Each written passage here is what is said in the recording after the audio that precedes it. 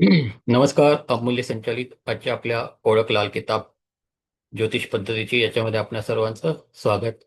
प्रथम आपण गणरायांना वंदून, आपल्या कुलदेवता देवीनं वंदून, आपल्या इष्टदेवतांना वंदून, आपल्या मातृपितृदेवतांना वंदून आणि आपल्या सर्वांच्या गुरुवर्यांना वंदून आता आपण आपल्या या सत्राला सुरुवात करत आहोत. तसं पाहिलं तर लाल किताब हा जो काय ज्योतिष पद्धती आहे ती आधुनिक आहे. म्हणजे आपल्या बऱ्याच जणांना पारंपरिक ज्योतिष पद्धती माहिती आहे, ही सगळ्यात जुनी, बरोबर की नाही? त्यानंतर हल्लीच्या 19व्या शतकामध्ये आपण लाल किताब आणि कृष्णमूर्ती ज्योतिष पद्धती या दोन नवीन पद्धती काय आल्या, निर्माण झाल्या. ओके. तर बरेच जण पारंपरिकने प्रॅक्टिस करतात. तर पारंपरिक जी पद्धत आहे ती खूप जुनी पद्धत, प्राचीन पद्धत आहे आणि त्याच्यामध्ये एवढा आपल्याला अभ्यास करावा लागतो की किती अभ्यास केला तरी पण तो कमीच असतो.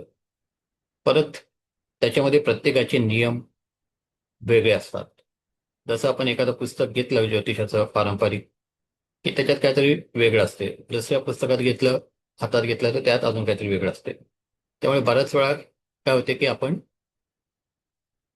पारंपरिक ज्योतिष अभ्यास करताना कन्फ्यूज होतो की नेमकं आपल्याला, समजा आपल्याकडे जातक आला तर काय सांगायचं, किंवा नेमकं त्याच्या मर्मावरती बोट ठेवायचं झालं तर काय आपल्याला सांगता आलं पाहिजे, हे आपल्याला सुचत नाही किंवा समजत नाही. ओके.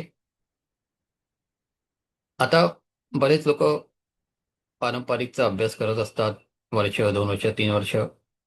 पण त्यांचं प्रॉब्लेम काय होतं की त्यांना प्रेडिक्शन करता येत नाही, फलादेश करता येत नाही, बरोबर की नाही? आणि मग बऱ्याच वेळा फलादेश किंवा नेमकं काय सांगायचं हे न समजल्यामुळे बरेचसे लोक ज्योतिषशास्त्रापासून लांब जातात किंवा त्याचा अभ्यास करणं सोडून देतात. सगळी मेहनत वाया जाते त्यांची. कारण की समोरच्याला काय सांगायचं, समोरचा प्रश्न घेऊन आलाय, त्याच्यावरती उपाय काय द्यायचे, हा आपल्याला पडलेला प्रश्न आहे. बरोबर की नाही? आता तसं पाहिलं तर पारंपरिक ज्योतिषशास्त्रामध्ये प्रॉब्लेम आपण सांगू शकतो, पण त्याच्यामध्ये उपाय नाहीत, बरोबर की नाही? आणि आपल्याकडे जे क्लायंट येतात किंवा जातक येतात, त्यांचा मेन प्रॉब्लेम काय असतो की हा प्रॉब्लेम आहे, तर त्याच्यातून बाहेर कसं पडायचं, त्याच्यावरती उपाय काय. ओके. जसं आपण आजारी पडलो तर आपण कोणाकडे जातो, डॉक्टरकडे. डॉक्टरला आपण आपले प्रॉब्लेम सतत सांगून मोकळे झालेलो असतो की आपल्याला काय होते. मग त्यावरती पुढचं काम काय डॉक्टरचं, की ठीक आहे, हा तुम्हाला आजार आहे तर हे औषध घ्या, बरोबर की नाही? तसंच आपल्यापैकी बरेच जर ज्योतिषाची प्रॅक्टिस करत असतील, जातक हँडल करत असतील, तर आपल्याकडे जे जातक येतो तो अर्धे अधिक प्रॉब्लेम स्वतःच सांगतो, बरोबर की नाही? आणि मग त्या प्रॉब्लेममधनं त्यांना बाहेर पडण्यासाठी आपल्याला उपाय किंवा रेमिडीज ह्या सांगायच्या असतात आणि मग आपण तिथेच अडकतो. अरे, आपल्या तर पद्धतीमध्ये उपाय नाही आहेत, रेमेडी नाही आहेत, मग करायचं काय, बरोबर की नाही? म्हणजे अशा प्रकारे आपण थोडे बॅकफुटला येतो. ओके. मग त्याच्यातून मग आपण काय करतो, बाहेरच्या काही रेमेडी असतील, कुठल्या पुस्तकामधल्या म्हणा किंवा हल्ली रील्स येतात, त्या रेमेडी म्हणा ऐकून त्यातल्या त्या क्लायंटचं काय करतो, उपाय किंवा रेमेडी देऊन समाधान करतो, बरोबर की नाही? पण लाल किताब ही एकमेव पद्धती आहे, ज्योतिष पद्धती आहे, की ज्याच्यामध्ये तुम्हाला त्या ग्रहाचा दोष काय आहे आणि त्याच्यावरती उपाय काय, हे तुम्हाला तिथल्या तिथे सांगता येते. ओके. म्हणजे जर आपण पाहिलं, आपल्या पत्रिकेचे 12 खाने, लाल किताबमध्ये काय म्हणतात, घर आहे किंवा हाऊस आहे त्याला खाने म्हणतात, खाने, 12 खाने आहेत. ओके. तर त्या 12 खान्यामध्ये समजा ग्रह आपले 9 ग्रह आहेत. आता लाल किताबमध्ये फक्त 9 ग्रहांनाच काय दिलेलं आहे, महत्व दिलेलं आहे. हर्षल, प्लुटो, नेपच्यून यांना महत्व नाही किंवा स्थान नाही. ओके. तर 9 ग्रहांनाच त्यांनी काय केलेलं आहे, महत्व दिलेलं आहे. आणि ते 9 ग्रह तुमच्या जन्मकुंडलीमध्ये कुठल्या घरात येत आहेत, त्यावरनं तुमच्यावरती काय परिणाम होणार हे आपण लाल किताबच्या आधारे सहज सांगू शकतो. तसंच त्याच्यावरती उपाय काय देऊ शकतो, ओके, ते पण तुम्ही तिथले तिथे त्यांना सांगू शकता. आणि हे जे काही उपाय असतात ते एकदम साधे सोपे असतात, म्हणजे एकदम काय कठीण नसतात. आणि आता मी पाहतोय, म्हणजे तुम्ही कुठल्याही ज्योतिष पद्धतीमध्ये गेलात, अगदी न्युमरोलॉजी, टॅरो कार्ड, सगळ्या पद्धतीमध्ये तुम्हाला लाल किताबचेच उपाय दिले जातात. कुठले उपाय देत आहेत? लाल किताबचेच उपाय दिले जातात. ओके, म्हणजे आताच्या ह्या जगामध्ये किंवा काळामध्ये लाल किताबला अनन्यसाधारण महत्त्व निर्माण झालेलं आहे. कारण की हे एकमेवच अशी ज्योतिष पद्धती आहे की ज्याच्यामध्ये तुम्ही काय करू शकता, उपाय देऊ शकता. ओके, मग या उपायामध्ये काय करतात हल्ली बरेचसे न्यूमरोलॉजिस्ट म्हणा, टॅरो कार्ड रीडर म्हणा, किंवा अजून इतर ज्योतिष पद्धतीवाले काय करतात, थोडेसे फेरफार करतात. ओके, आणि काय करतात, आपल्या क्लायंटला देतात. ओके, म्हणजे अशा प्रकारे लाल किताब हा आपल्यासाठी एक आहे, आपल्या जातकांचे प्रश्न सोडवण्यासाठी एक उत्तम ज्योतिष पद्धती आहे. ओके, आता लाल किताब ही जी काही ज्योतिष पद्धती आहे, ही पद्धत रूपचंद जोशी, जालंधरला राहणारे रूपचंद जोशी यांनी काय केली, निर्माण केली, असंच मी म्हणेन, किंवा त्यांनी हे लाल किताब लिहून काढले. 1939 ला लाल किताबचं पहिलं एडिशन निघालं. ते 1952 पर्यंत त्यांनी 5 एडिशन्स लाल किताबची काय केली, लिहिली. एकूण 5 एडिशन्स लाल किताबची आहेत. आणि त्याच्यामध्ये त्यांनी वेगवेगळे विषय काय केलेले आहेत, हाताळलेले आहेत, किंवा त्याच्यामध्ये त्यांनी अपडेशन करत ते गेलेले आहेत. ओके, आता हे रूपचंद जोशी तसं पाहिलं तर एकदम सर्वसामान्य व्यक्ती होती. ते काही एकदम एक्स्ट्रॉर्डिनरी नव्हते. ओके, रूपचंद जोशी हे एकदम साधे सरळ व्यक्ती होते. ते जालंधरला इंग्रजांच्या मिलिटरीमध्ये काय अकाउंटंट म्हणून कामाला होते. काय होते, अकाउंटंट म्हणून कामाला होते. आणि त्यानंतर हे काम करत असताना त्यांना काय दैवी शक्ती प्रदान झाली, काय झालं माहिती नाही, त्याबद्दल एवढं काही डिटेल नाही. पण त्यांनी हे लाल किताब लिहायला सुरुवात केलं. ओके, आता त्या काळी काय व्हायचं, जो काय सगळा जमा खर्च किंवा जे काय काम चालायचं ते लाल पेनाच्या शाईने चालायचं, लाल शाईने चालायचं. त्यामुळे त्यांचं हे सगळं लिखाण आहे ते काय होतं, लाल शाईमध्ये त्यांनी लिहून काढलेलं होतं. ओके, त्यामुळे त्याला लाल किताब असं नाव पडलं, असं म्हटलं जाते. ओके, तर लाल किताब ही 1939 ते 1952 पर्यंत या वर्षामध्ये काय निर्माण झालेलं काय आहे, एक ज्योतिष पद्धती आहे. ओके, आता रूपचंद जोशी यांनी हे जे काय लाल किताब लिहिलं, हे उर्दू आणि फारसी भाषेमध्ये त्यांनी काय केलं होतं, लिहिलेलं होतं. म्हणजे त्यावेळी पंजाब प्रांत हा जो काय होता, तिथे उर्दू, फारसी ह्या भाषांना काय प्राधान्य होतं, किंवा ती तिथे प्रचलित होती किंवा बोलली जायची. ओके, पंजाबी पण नाही, उर्दू आणि फारसी. त्यामुळे हे जे काय पूर्ण पुस्तक आहे, हे 5 ॲडिशन्स आहेत, ती उर्दू आणि फारसी भाषेमध्ये लिहिलेली आहे. त्यामुळे ती आपल्यासारख्या सर्वसामान्य मराठी म्हणा लोकांना समजून घेणं फार कठीण जाते, फार कठीण जाते. ओके, म्हणजे काय लिहिलंय हे समजून घेणं कठीण जाते. आणि त्याच्यावरती जी काय पुस्तकं लिहिली गेली आहेत ती पण अशी परिपूर्ण लिहिलेली नाहीये.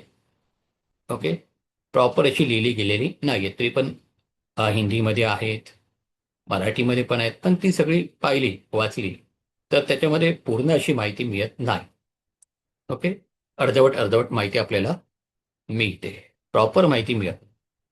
ओके, तर अशा पद्धतीने लाल किताब मध्ये हस्तसामुद्री शास्त्र आहे, हस्तसामुद्री. ओके, त्याला पण फार महत्व दिलेलं आहे. म्हणजे त्याचं आणि हे आपला ग्रह यांचे संबंध लावून पण त्याच्यामध्ये काय केलेलं आहे, प्रेडिक्शन्स केलेलं आहेत. ओके, तर हस्तसामुद्रिक शास्त्राला पण त्यामध्ये खूप महत्व दिलेलं आहे. आणि हे जे काही लाल किताब आहे त्याचं नाव काय आहे, ग्रह की निशानिया. काय म्हणतात त्यांना? ग्रह की निशानिया. ग्रह की निशानिया म्हणजे काय? तर ग्रह एखाद्या घरामध्ये, हाऊसमध्ये बसला की तो तुम्हाला फळ जे काय असेल त्या घराचं ते तो देणारच. ओके. आता तुम्ही म्हणाल, आपल्यापैकी बरेच जण ज्योतिषी असतील, बराच त्याने अभ्यास केला असेल ज्योतिषशास्त्राचा, बरोबर की नाही? तर ते म्हणतील की ह्या लाल किताब ज्योतिष पद्धतीमध्ये ग्रहांना अनन्यसाधारण महत्त्व दिलेलं आहे. राशींना महत्त्व दिलेलं नाहीये. नक्षत्रांना पण महत्त्व दिलेलं नाहीये. काय सांगितलं? फक्त ग्रहांना महत्त्व दिलेलं आहे. राशी आणि नक्षत्र यांना अजिबात महत्त्व दिलेलं नाही. मग आपण म्हणाल की ज्योतिषशास्त्र म्हटलं की ग्रह, राशी आणि नक्षत्र हे काय आहेत? त्याचे महत्त्वाची अंग आहेत, पाय आहे ना. आणि जर आपण राशी आणि नक्षत्रांनाच विचारात घेतलं नाही तर प्रेडिक्शन कसं करणार? आपलं प्रेडिक्शन बरोबर कसं येणार? बरोबर की नाही? आपल्यापैकी कोणी कृष्णमूर्ती ज्योतिष पद्धती शिकला असेल तर त्यामध्ये आपण काय करतो? प्रत्येक भावाच्या उपनक्षत्र स्वामीला महत्त्व देतो. बरोबर की नाही? फक्त उपनक्षत्र स्वामी कोण आहे, तो कुठे बसलाय, त्याचं नक्षत्र स्वामी कोण आहे, याच्यावरून आपण काय करतो? प्रेडिक्शन करत असतो. बरोबर की नाही? बाकी आपण काय बघत नाही. तिथे दृष्टींना एवढं महत्व नाहीये. ओके. तर तसंच इथे पण ह्या लाल किताबमध्ये राशी आणि नक्षत्र यांना अजिबात महत्व दिलेलं नाहीये. तरी पण तरी पण काय होते? आपण लाल किताबाच्या आधारे केलेली प्रेडिक्शन्स बरोबर येतात. ओके. आणि बरोबर तर येतातच, पण त्याच्याबरोबर त्याच्यावरती काय आपण उपाययोजना देऊ शकतो ते पण त्यांना सांगू शकतो. ओके. म्हणजे लाल किताब शिकायचं म्हणजे काय, किचकटपणा असा अजिबात नाही. साधं सोपं शास्त्र आहे. साधी सोपी बेसिक त्याची काय थम्स रूल आहेत किंवा नियम आहेत. ते आपण फक्त काय करायचे? फॉलो करायचे आहेत. ओके. जसं आता पारंपरिक ज्योतिष पद्धतीमध्ये आपण लग्न कुंडलीला अनन्यसाधारण महत्व आहे. मग ही लग्न कुंडली आपण कशी मांडतो? तर ज्यावेळी जातक जन्माला आला, ओके, त्यावेळी त्यावेळी किती जेव्हा तिची रास असते, ज्याला आपण लग्न रास म्हणतो, ती आपण काय करतो? पहिल्या हाऊसमध्ये, पहिल्या घरामध्ये लिहून मग पुढे सगळ्या राशी लिहितो. त्यामध्ये जे जे ग्रह आलेले आहेत राशीनुसार, ज्या ज्या राशीत, ते आपण लिहितो. बरोबर की नाही? आणि मग त्यावरून त्या ग्रहाचं आपण प्रेडिक्शन करतो किंवा फलादेश करतो. बरोबर. आता लाल किताबमध्ये कसं आहे? लाल किताबमध्ये आपल्या निसर्ग कुंडलीला महत्व दिलेलं आहे. काय केलेलं आहे? लाल कुंडलीमध्ये निसर्ग कुंडली म्हणजे पहिला हाऊस आहे ते कोणाचं आहे? मेषीचं आहे. दुसरं आहे ते वृषभ, तिसरं मिथुन, चौथं कर्क, पाचवं सिंह. ओके. अशा प्रकारे आपण कालपुरुषाची कुंडली पाहिली तर पहिल्या हाऊसमध्ये पहिलीच रास येते. बरोबर की नाही? तर आता लाल किताबमध्ये त्यांनी काय सांगितलेलं आहे की तुमच्या लग्न कुंडलीमध्ये कुठलीही रास येऊन दे, पहिल्या हाऊसमध्ये लग्नरास कुठली येऊन दे, त्याच्याशी आपल्याला काही घेणं देणं नाही. त्याच्याशी आपल्याला काही घेणं देणं नाही. ओके. समजते? कोणाला काय समजत नसेल तर मला विचारा. आणि जेवढे तुमचे व्हिडिओज ऑन होतील तेवढं मला बरं आहे, हे समजून येईल. व्हिडिओ ऑन ठेवले तर चांगलं आहे. सगळ्यांना समजते? आवाज येतोय माझा? हॅलो? हॅलो? येतोय सर. आवाज येतोय. येतोय. ठीक आहे. तर सगळ्यात महत्वाचं काय? तर तुम्हाला ही कुंडली कशी मांडायची आहे, मग त्यावरनं आपण कसा फलादेश करतो. ओके. हे काय करायचंय आपल्याला थोडक्यात इथे समजून घ्यायचं आहे. आता इथे बघा की मी तुमच्यासमोर एक कुंडली, साधी लग्न कुंडली मांडणार आहे. ओके. आपल्यापैकी प्रत्येकजण ज्योतिषी असाल किंवा आपल्याला ज्योतिषाबद्दल किंवा लग्न कुंडलीबद्दल माहिती असेल. Yes or no? माहिती आहे?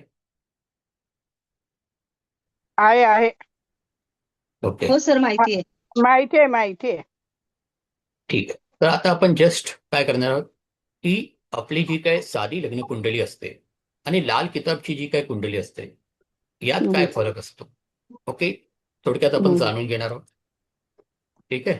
आणि मग पुढे आपण लाल किताबच्या बाबतीत माहिती करून घेणार आहोत. ओके. मी जास्त काय क्लिष्ट कठीण तुम्हाला काय सांगत बसणार नाही का, तर तुम्हाला समजणं सोपं जावं. ओके. तर आता मी तुम्हाला काय करतोय, एक कुंडली तुमच्यासमोर ओपन करेन. ओके. आता ही कुंडली कोणाची करायची आहे तर आपण सॉफ्टवेअरवरनं एखाद्या व्यक्तीची घेऊ. ठीक आहे. एक मिनिट. ठीक आहे. आता इथे आपण समजा कोणाची घेऊ, अमित शाह. ओके. अमित शाह यांची आपण पत्रिका घेऊया.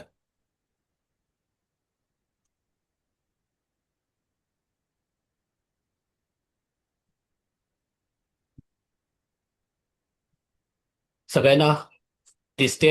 स्क्रीन दिसते सगळ्यांना?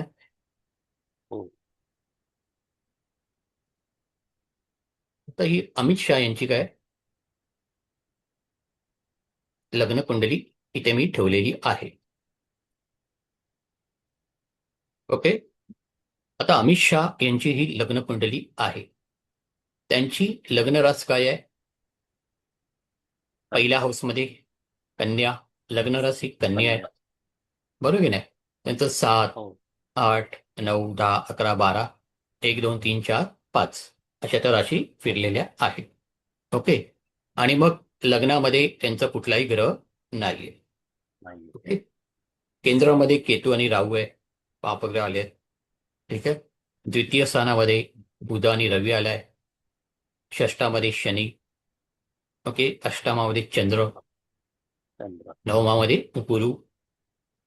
11व्या स्थानात लाभस्थानात मंगळ आहे आणि 12व्या स्थानात शुक्र. ओके. ही आपली साधी लग्न कुंडली आहे. ओके. आता आपण काय करतो, पारंपरिक मध्ये राशीनुसार किंवा भावानुसार तो ग्रह कुठे बसलाय त्याचं काय करतो आपण प्रेडिक्शन करतो. बरोबर की नाही? तर आता आपल्या लाल किताबमध्ये आपल्याला काय सांगितलंय ते नीट समजून घ्या. कोणाला काही समजलं नाही तर मला विचारा. ठीक आहे.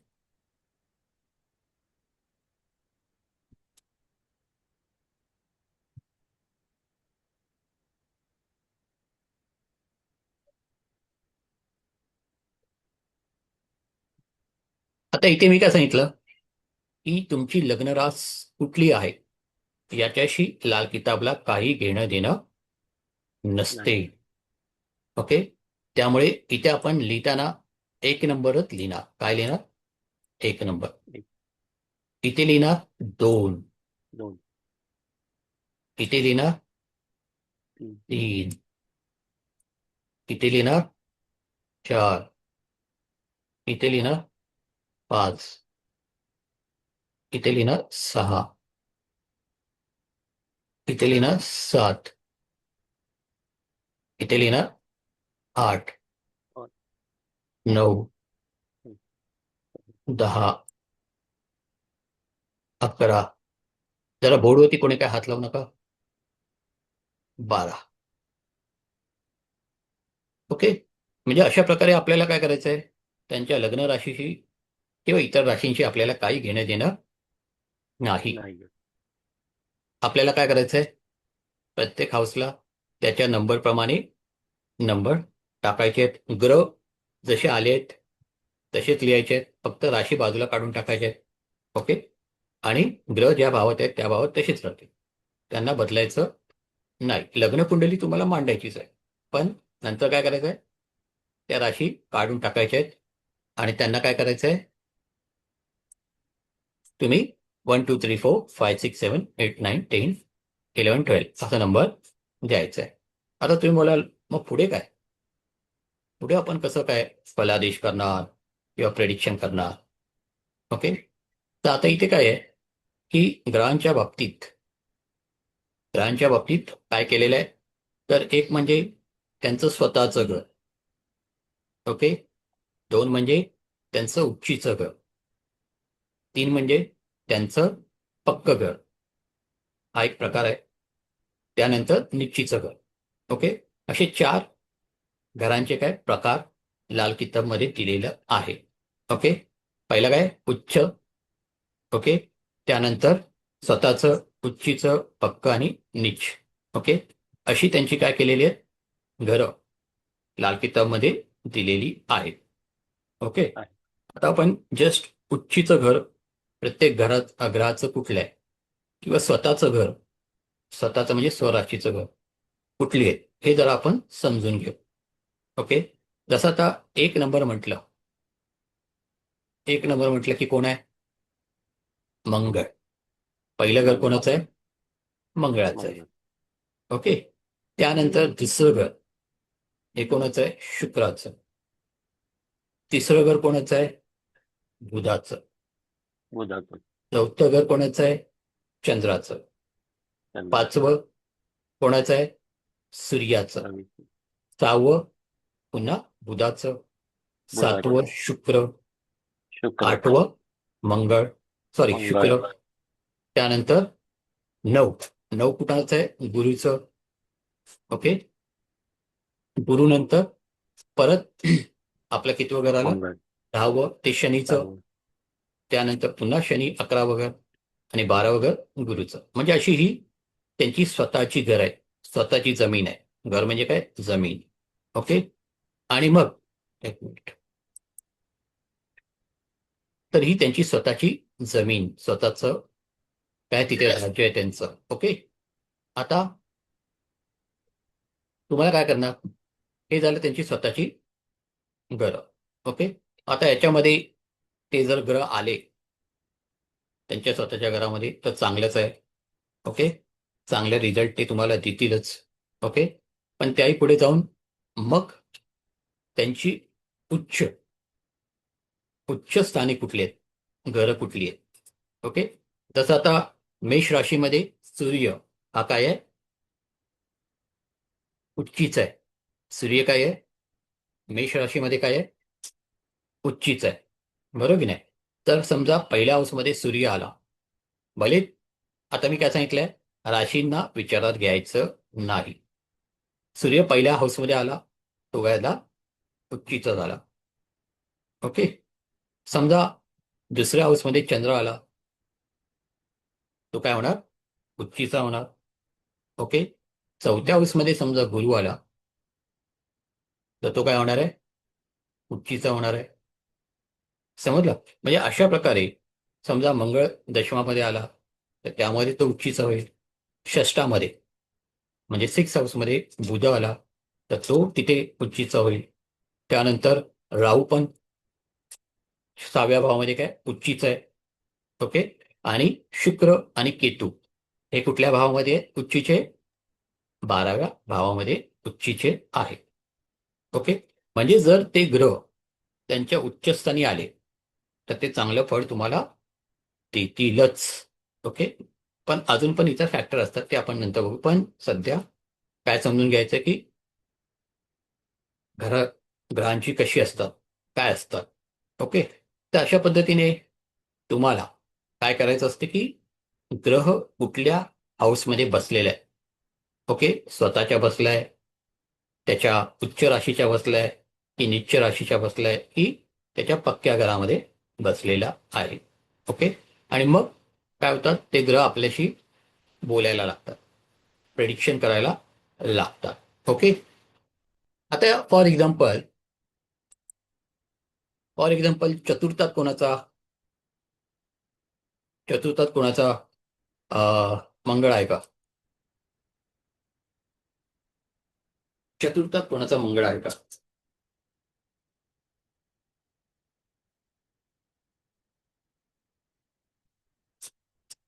आपल्याकडे 27 जण आहेत.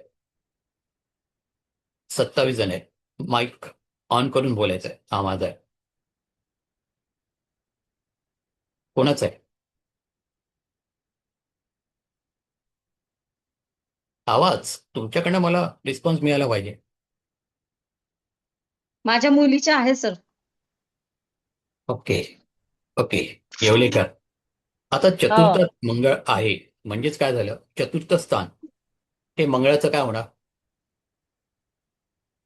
काय होईल? जर दशम स्थान दशमात तर उच्चीच आहे, तर चतुर्थात काय होणार? नीचेचा. नीच होणार. काय होणार? तो नीच होणार. ओके. आता मंगळ उच्चीचा असेल तर चांगला फळ देतो, पण तो जर चतुर्थात आला तर अशा लोकांच्या जीवनामध्ये खूप स्ट्रगल असतो. काय असतो? खूप स्ट्रगल. अप अँड डाऊन भरपूर येतात. ओके. काही करायला गेला तर त्यांना यश मिळवणं फार कठीण जातं. Yes or no? समजलं ना? खूप हो मेहनत सर. घ्यावी लागते. हो हो हो. हा. झालं. किती सोपं आहे. काय कठीण आहे? फक्त बघायचं आहे. ओके. जर तो तिथे असेल. आता समजा षष्ठात कोणाचा गुरु आहे का?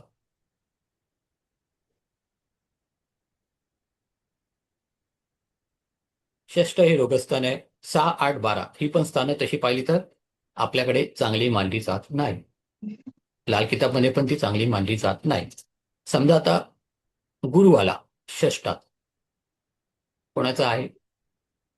नाही. कोणाचाच नाही. एवढ्या लोकांमध्ये प्रथमात असेल तर प्रथमात कोणाचा आहे गुरु? प्रथमात गुरु कोणाचा आहे? माझ्या पहिल्या स्थानात आहे. काय? माझे तर सध्या 4ही ग्रह नीच अवस्थेत चालू आहेत. ओके. कोणीतरी माईक चालू आहे. तर समजा गुरु प्रथम स्थानात असेल तर प्रथम स्थान हे चांगलं स्थान असतं. ओके. मग तिथे गुरु म्हणा, मंगळ म्हणा, सूर्य म्हणा, हे जर आले तर खूप चांगला रिझल्ट देतात. ओके. आता पहिलं स्थान असते त्याला लाल किताबमध्ये सिंहासन म्हटलंय. काय म्हटलंय? सिंहासन. ओके. लाल किताबमध्ये त्याला सिंहासन म्हटलंय. आणि त्या सिंहासनावरती कोण बसलंय याच्यावरती पण तुमच्या जीवनावरती खूप मोठा काय होणार आहे? फरक पडणार आहे. समजा सूर्य म्हणा, मंगळ म्हणा, गुरु म्हणा, ओके, किंवा चंद्र म्हणा, असे जर चांगले ग्रह तिथे बसले असतील तर तुमच्या जीवनात चांगले फळ तुम्हाला मिळणार. पण जर समजा पहिल्या घरात राहू बसला की काय होणार? तुमच्या जीवनामध्ये प्रॉब्लेमच प्रॉब्लेम. ओके. विवाहामध्ये प्रॉब्लेम सगळ्या. ओके. तर राहू जर पहिल्या घरात आला तर काय होणार आहे? तो तुम्हाला त्या व्यक्तीला मानसिक स्थैर्य तर देत नाही आणि स्वतःच खरं करत. कोणाचं ऐकायचं नाही. ओके. अशा पद्धतीने त्याचा काय होतो? स्वभाव निर्माण करतो. समजलं? आणि मग त्या राहूची दृष्टी व्यवस्थानावरती पडते. म्हणजे पत्नीला पण त्याचा त्रास सहन करावा लागतो. बरोबर की नाही? तर माझं म्हणणं काय, तर गुरुच्या बाबतीत आपण विचार करत होतो की गुरु समजा षष्ठात असेल. ओके. आपल्यापैकी कोणाचे आहे का?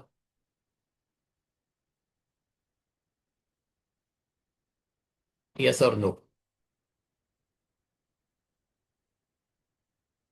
सगळे शांत आहेत, विचार करतायत.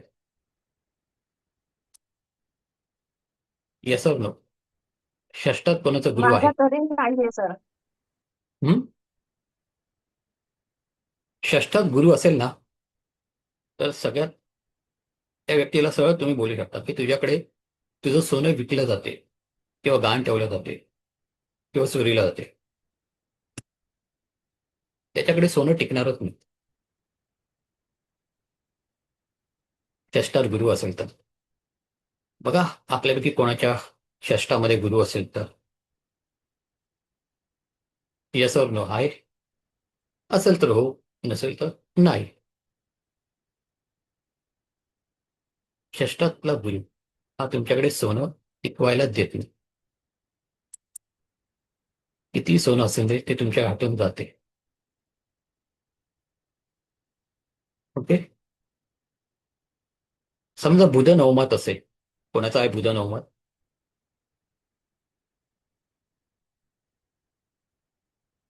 बुध नवमात आहे. कोणाचा आहे? भाग्यस्थानी आहे का? मला वाटलं तुम्ही सगळे बोलाल, माहिती चर्चा कराल. हे तर बनवेच होते. समोरच्यानी रिस्पॉन्स दिला पाहिजे. प्रश्न विचारला की येस नो काहीतरी सांगितलं पाहिजे. माझं तर त्याच पद्धतीने मी शिकवतो.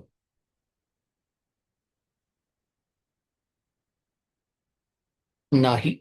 ज्यांचं कोणाचं असेल त्यांनी मला सांगा, बुध कोणाच्या नवमात आहे का? किंवा नवमात नसेल पण युतीमध्ये असेल, नवमात नवमात युतीमध्ये असेल तर बुध म्हणजे काय? नवमात जर बुध असेल तर तो व्यक्ती आपल्या जीवनामध्ये, व्यावसायिक जीवनात कधीच सक्सेस मिळत नाही. आपल्या जीवनामध्ये, व्यवसायात म्हणा, नोकरी धंद्यामध्ये त्याला कधीच सक्सेस मिळत नाही. स्ट्रगल. किती त्याने प्रयत्न केले, अशा व्यक्तीचं जीवन एकदम काय असतं, बर्बाद झालेलं असतं समस्याने. आहे कोणाकडे? बघा, विचार करा. लाजायचं नाही, बिनधास्त सांगायचं. कारण की कसं, आपण लाल किताब शिकतोय ते कन्फर्मेशनसाठी शिकतोय. ओके. कन्फर्मेशन, तुमच्याकडे कन्फर्मेशन पाहिजे. तर मग आपण पुढे जाऊन काय करू शकतो? हा बाबा पट्टे, मग पुढे चला, नाही तर मग थांबा. नाही. बरोबर की नाही? पटत असेल तर यस, नाही तर नो, सोडून द्या. ओके. तर आता बुधाचं सांगितलं, मंगळाचं सांगितलं, गुरुचं सांगितलं षष्टामध्ये. ओके. तो जर गुरु प्रथमात असेल, म्हणजे सिंहासनावरती बसलेला असेल, तर काय होणार? अशी व्यक्ती ज्ञानी असते. काय असते? ज्ञानी, हुशार असते. ओके. ती ज्या क्षेत्रात काम करेल त्या क्षेत्रात ती चांगलं यश मिळवते. ओके. ज्या क्षेत्रात काम करणार त्याच्यात ती आपलं नाव चांगलं मिळवेल. व्यवसाय केला तर व्यवसायात चांगला मिळवेल. नोकरी केली तर नोकरीमध्ये ती चांगली पुढे जायचं. ओके. तसंच ज्यांच्या फर्स्ट हाऊसमध्ये गुरु असतो, आपल्यापैकी कोणाच्या असेल नसेल माहिती नाही, त्याने ऑब्झर्व करा, वय वर्ष 30 नंतर किंवा 32-35 नंतर ती लोक जाड होतात. देहयष्टी काय होते यांची? जाडी होते. पहिले सडपातळ असतात, एकदा 30-35 ओलांडली की ते जाड होतात. तसंच दिसायला पण ते गोरे असतात. ओके. वर्ण गोराच असतो त्यांचा, पण 30-35 नंतर ते अंगाने, बांध्याने काय होतात? जाड होतात. तर मग आपल्यापैकी कोणाचा असेल गुरु, आता कोणी ऐकलं गुरु आणि केतू आहे. आता गुरु आणि केतू हे तसे पाहिले तर मित्र आहे. मित्र म्हणजे गुरुचा केतू चेला आहे. गुरुचा काय आहे? केतू चेला आहे. ओके. त्यामुळे ते चांगलं कॉम्बिनेशन आहे. ओके. आता इथे गुरुचा केतू काय आहे? चेला आहे. आता इथे बघा, इथे लाल किताबमध्ये काय सांगितलेलं आहे की काही अशा युती आहेत ग्रहांच्या, त्या युती झाल्या की त्यापासून एक तिसरा ग्रह काय होतो? निर्माण होतो. ओके. तिसरा ग्रह काय होतो? निर्माण होतो. ओके. किंवा प्रत्येक ग्रहाचा काय आहे?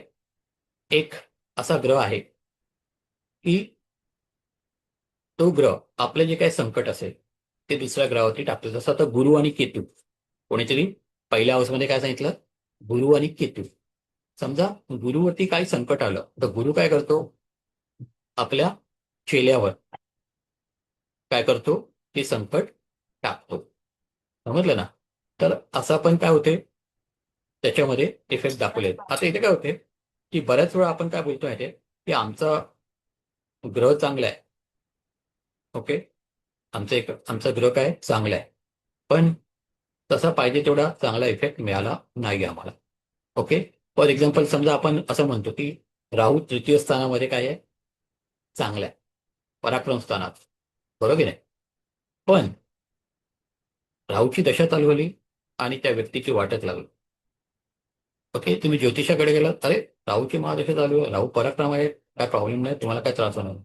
मग तरी पण राहू आपल्याला काय करतो, त्रास देतो. मग अशा वेळी बघायचं की राहू त्रास का देतोय चांगला असून. तर त्याचा जो त्याच्यावरती हक्क गाजवणारा, त्याला कंट्रोल करणारा मंगळ आहे. ओके, तो चांगला आहे का, तो चांगल्या पोझिशनमध्ये, चांगल्या स्थितीत, चांगल्या घरात बसला आहे का? ओके, जर तुमचा मंगळ खराब असेल तर राहू पण काय होणार आहे, खराब होणार आहे. ओके, म्हणजे ह्याला म्हणतात लाल किताब. म्हणजे बऱ्याच वेळा बरीच लोक सांगतात आमच्या पत्रिकेत हा ग्रह उठतीच आहे, पण काय तसं फळ देत नाही. पण का फळ देत नाही, तर त्याच्या मागे दुसरी कारणं असतात ती इतर ब्रिटिश पद्धतीमध्ये क्लिअर केली जात नाही. ओके, जी याच्यामध्ये काय केलेले, क्लिअर केलेली आहे. ओके, म्हणजे ग्रहांवरती किती प्रकारे कुठल्या कुठल्या गोष्टींचा इफेक्ट होत असतो आणि त्याचा परिणाम आपल्यावरती काय होतो, हे सगळं लाल किताबमध्ये आपल्याला काय केलेलं आहे, सांगितलेलं आहे. तसंच प्रत्येक ग्रहाचं आयुष्यमान किती असते, बरोबर ना? आता आपल्या पारंपरिक ज्योतिष पद्धतीमध्ये किंवा कृष्णमूर्ती पद्धतीमध्ये 120 वर्षाच्या काय दशा आहेत, बरोबर नाही? प्रत्येक ग्रहांच्या, सगळ्या ग्रहांच्या मिळून 9 ग्रहांच्या मिळून 120 काय आहेत, वर्षांच्या टोटल दशा आहेत. पण लाल किताबमध्ये 35 वर्षाच्या काय दशा आहेत. सगळ्या ग्रहांच्या मिळून 35 वर्षाची काय सगळ्यात दशा होते. मग परत शून्यापासून, सुरुवातीपासून ग्रहांच्या काय होणार, दशा चालू होणार. 35 वर्षाने काय होतात, दशा या रिपीट होतात. ओके, तर लाल किताबमध्ये तुम्हाला आपली मेन कुंडली, त्यानंतर वर्ष कुंडली, त्यानंतर महिना कुंडली आणि आपली दररोजची कुंडली, एवढ्या कुंडल्या आपण मांडू शकतो. ओके, किती, आपली लाईफ टाईम कुंडली. ओके, त्यानंतर वर्ष कुंडली. वर्ष कुंडलीमध्ये काय होतं, दरवर्षी ग्रह पोझिशन बदलत असतात. ओके, ती कुंडली कशी मांडायची, त्याचं पण टेबल रेडी आहे. ओके, काही कठीण नाही. त्यानंतर महिना कुंडली आणि त्यानंतर काय, दिवस कुंडली किंवा हप्ता कुंडली पण मांडू शकतो.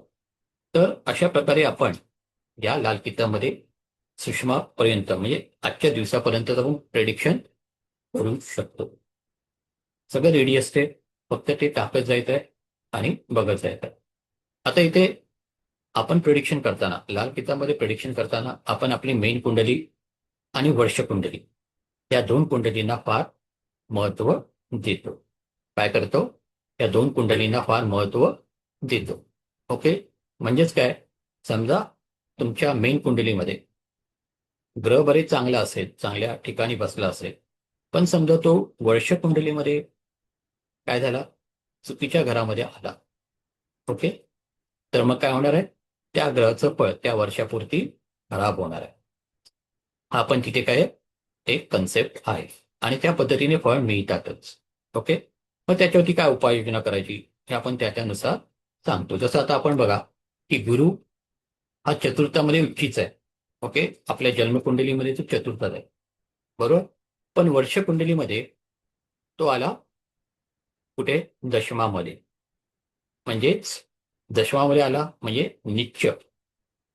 ओके, नीच घरामध्ये आला, तर मग काय होणार आहे, गुरु त्यावर्षी आपल्याला त्रास देणार. आता ही लग्न कुंडली आपली आहे, त्यानंतर वर्ष कुंडली केव्हा बनली जाते, ज्या दिवशी आपला डेट ऑफ बर्थ, म्हणजे आपल्या नवीन वर्ष सुरू होते. ओके. मग त्या नवीन वर्षी आपली नवीन वर्षकुंडली बनली जाते आणि मग त्या वर्षी आपल्यावरती काय परिणाम ग्रह करून देणार आहेत किंवा होणार आहेत ते पण आपण समजून घेऊ शकतो. ओके. तर इथे एक मिनिट.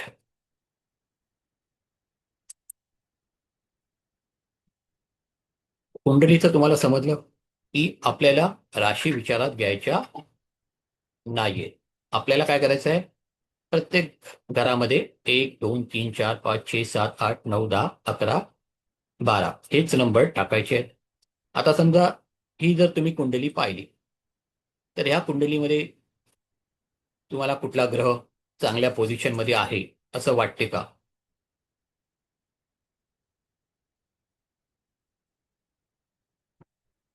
समजा ह्या कुंडलीचं पाहिलं अमित शहा यांचं,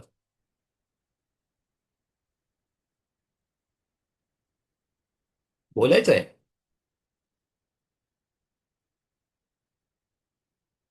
कोण बोले?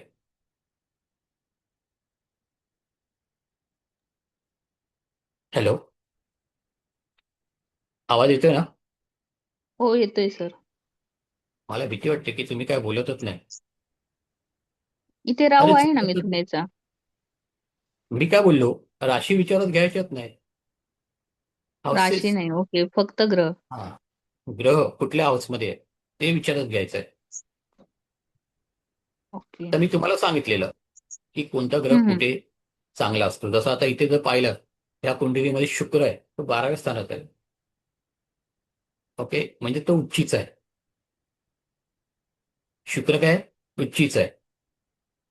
ओके. त्यांचा गुरु नवमात आहे स्वघरामध्ये, तर तो एक चांगला आहे. भाग्यस्थानात गुरु आलाय म्हणजे खूप भाग्य यांचं चांगलं आहे.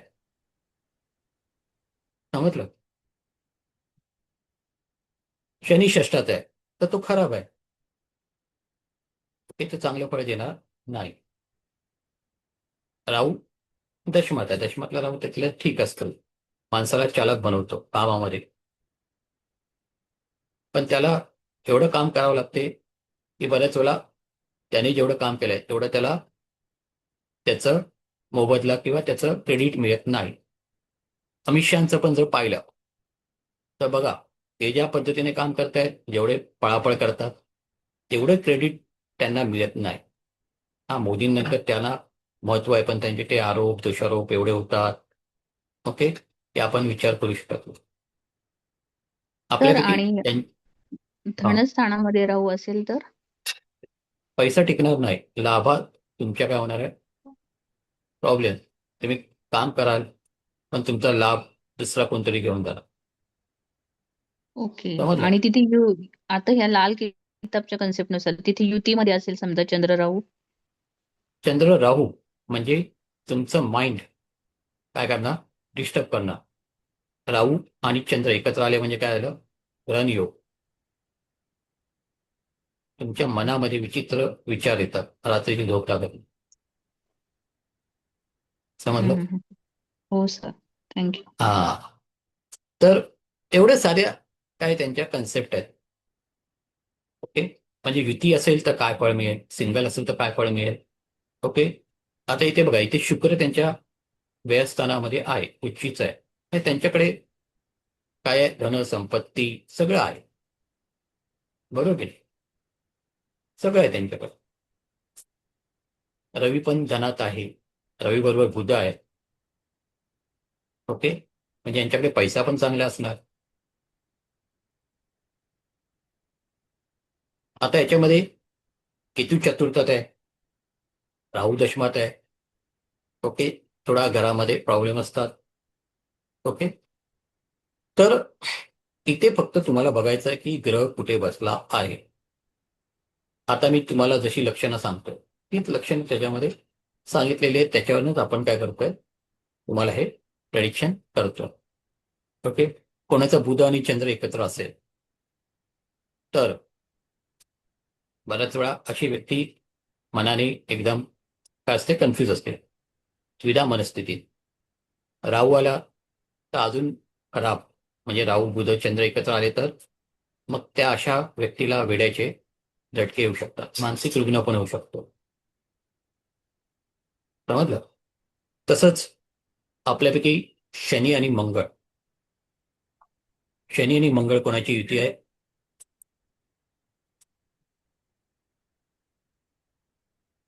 किंवा आपल्यापैकी जातकांमध्ये कोणाची असेल शनी आणि मंगळ युती, तर अशा लोकांना कॅन्सर होण्याची शक्यता दाट असते.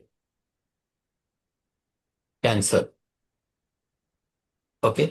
आता इथे लाल किताब आहे, त्यांनी सगळ्या अंगाचा म्हणजे अगदी आपलं जनरल प्रेडिक्शन, आपलं वास्तू, आपलं आरोग्य, या सगळ्यावरती काय केलेलं आहे?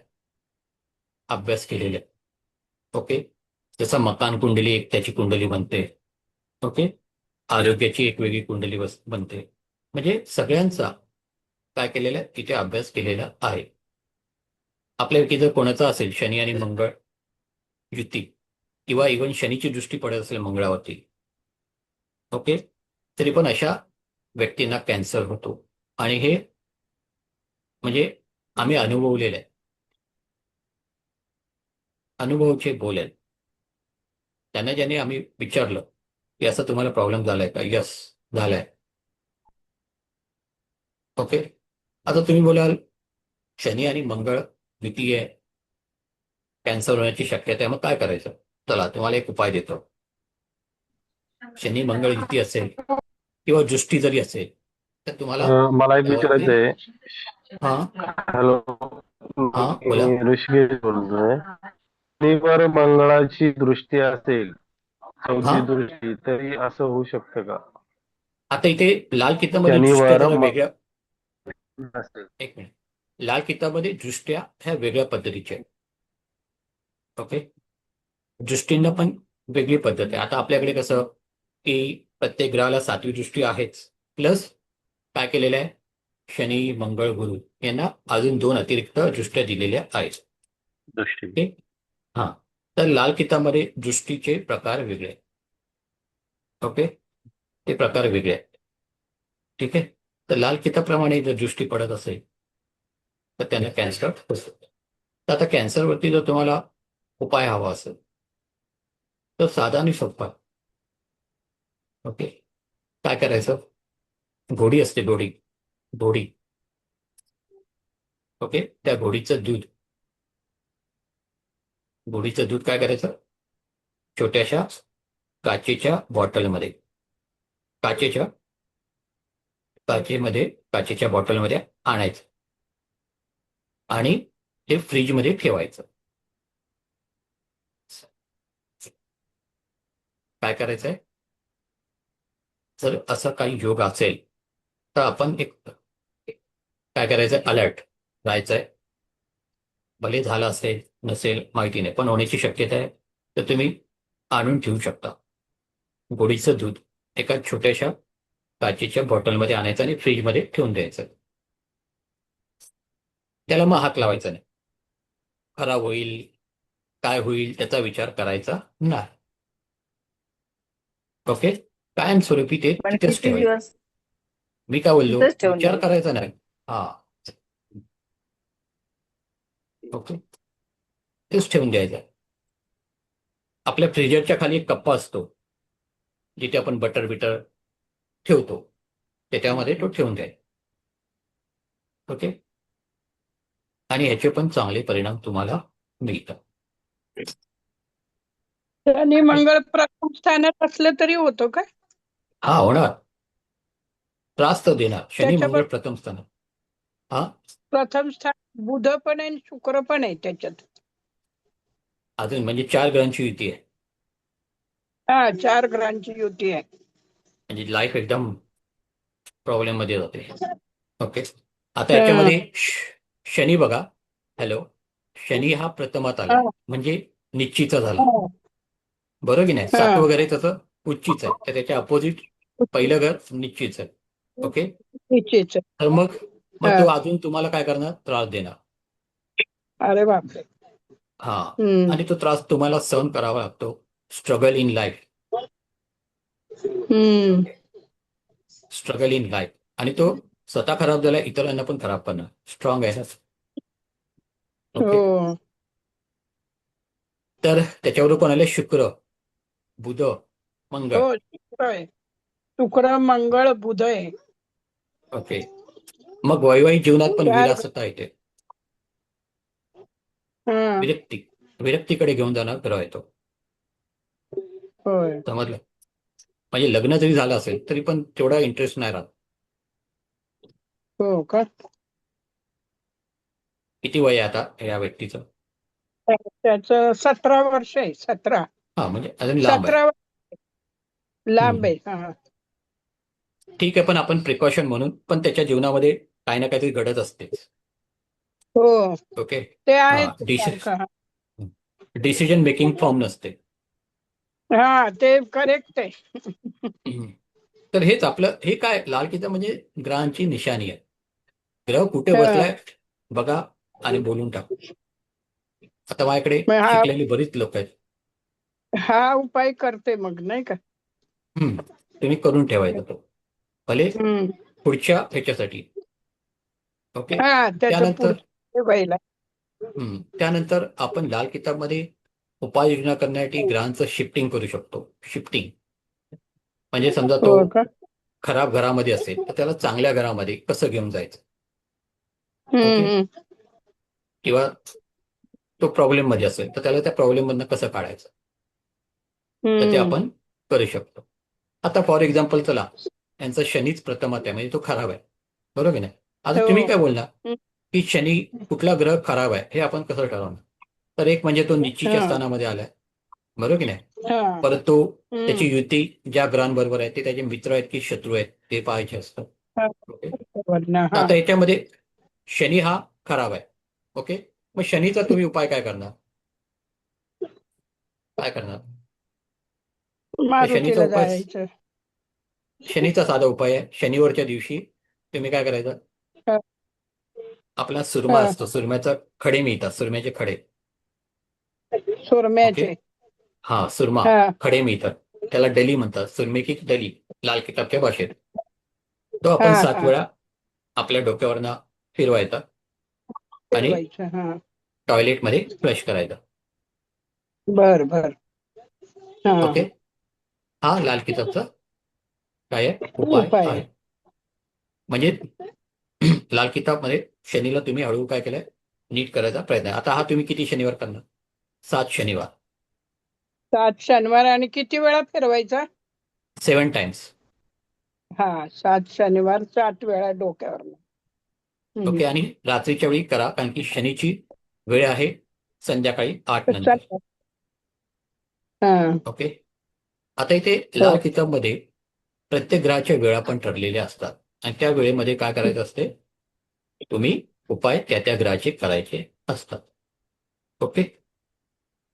हम्म. म्हणजे इव्हन आपल्या शरीराचे कुठले पार्ट कुठल्या भावाशी संबंधित आहे हम्म. हे पण आपल्याला त्याच्यामध्ये सांगितलेलं आहे. ओके. हा, बरोबर. हम्म. फॉर एक्झाम्पल आता मी माझी सगळी ब्रेसलेट कुठे घालतो?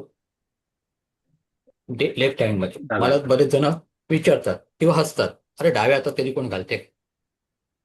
ओके. मला काय सगळे विचारतात की डाव्या हातात कधी कोण घालते का? डावात कधी ब्रेसलेट घालण्याचा आहे का? कारण की मी न्यूमरोलॉजी पण शिकवतो, त्याचे पण आपले वर्ग चालतात. तर मी छाती ठोकपणे सांगतो की डाव्या हातातच घाला. पण ते का घाला?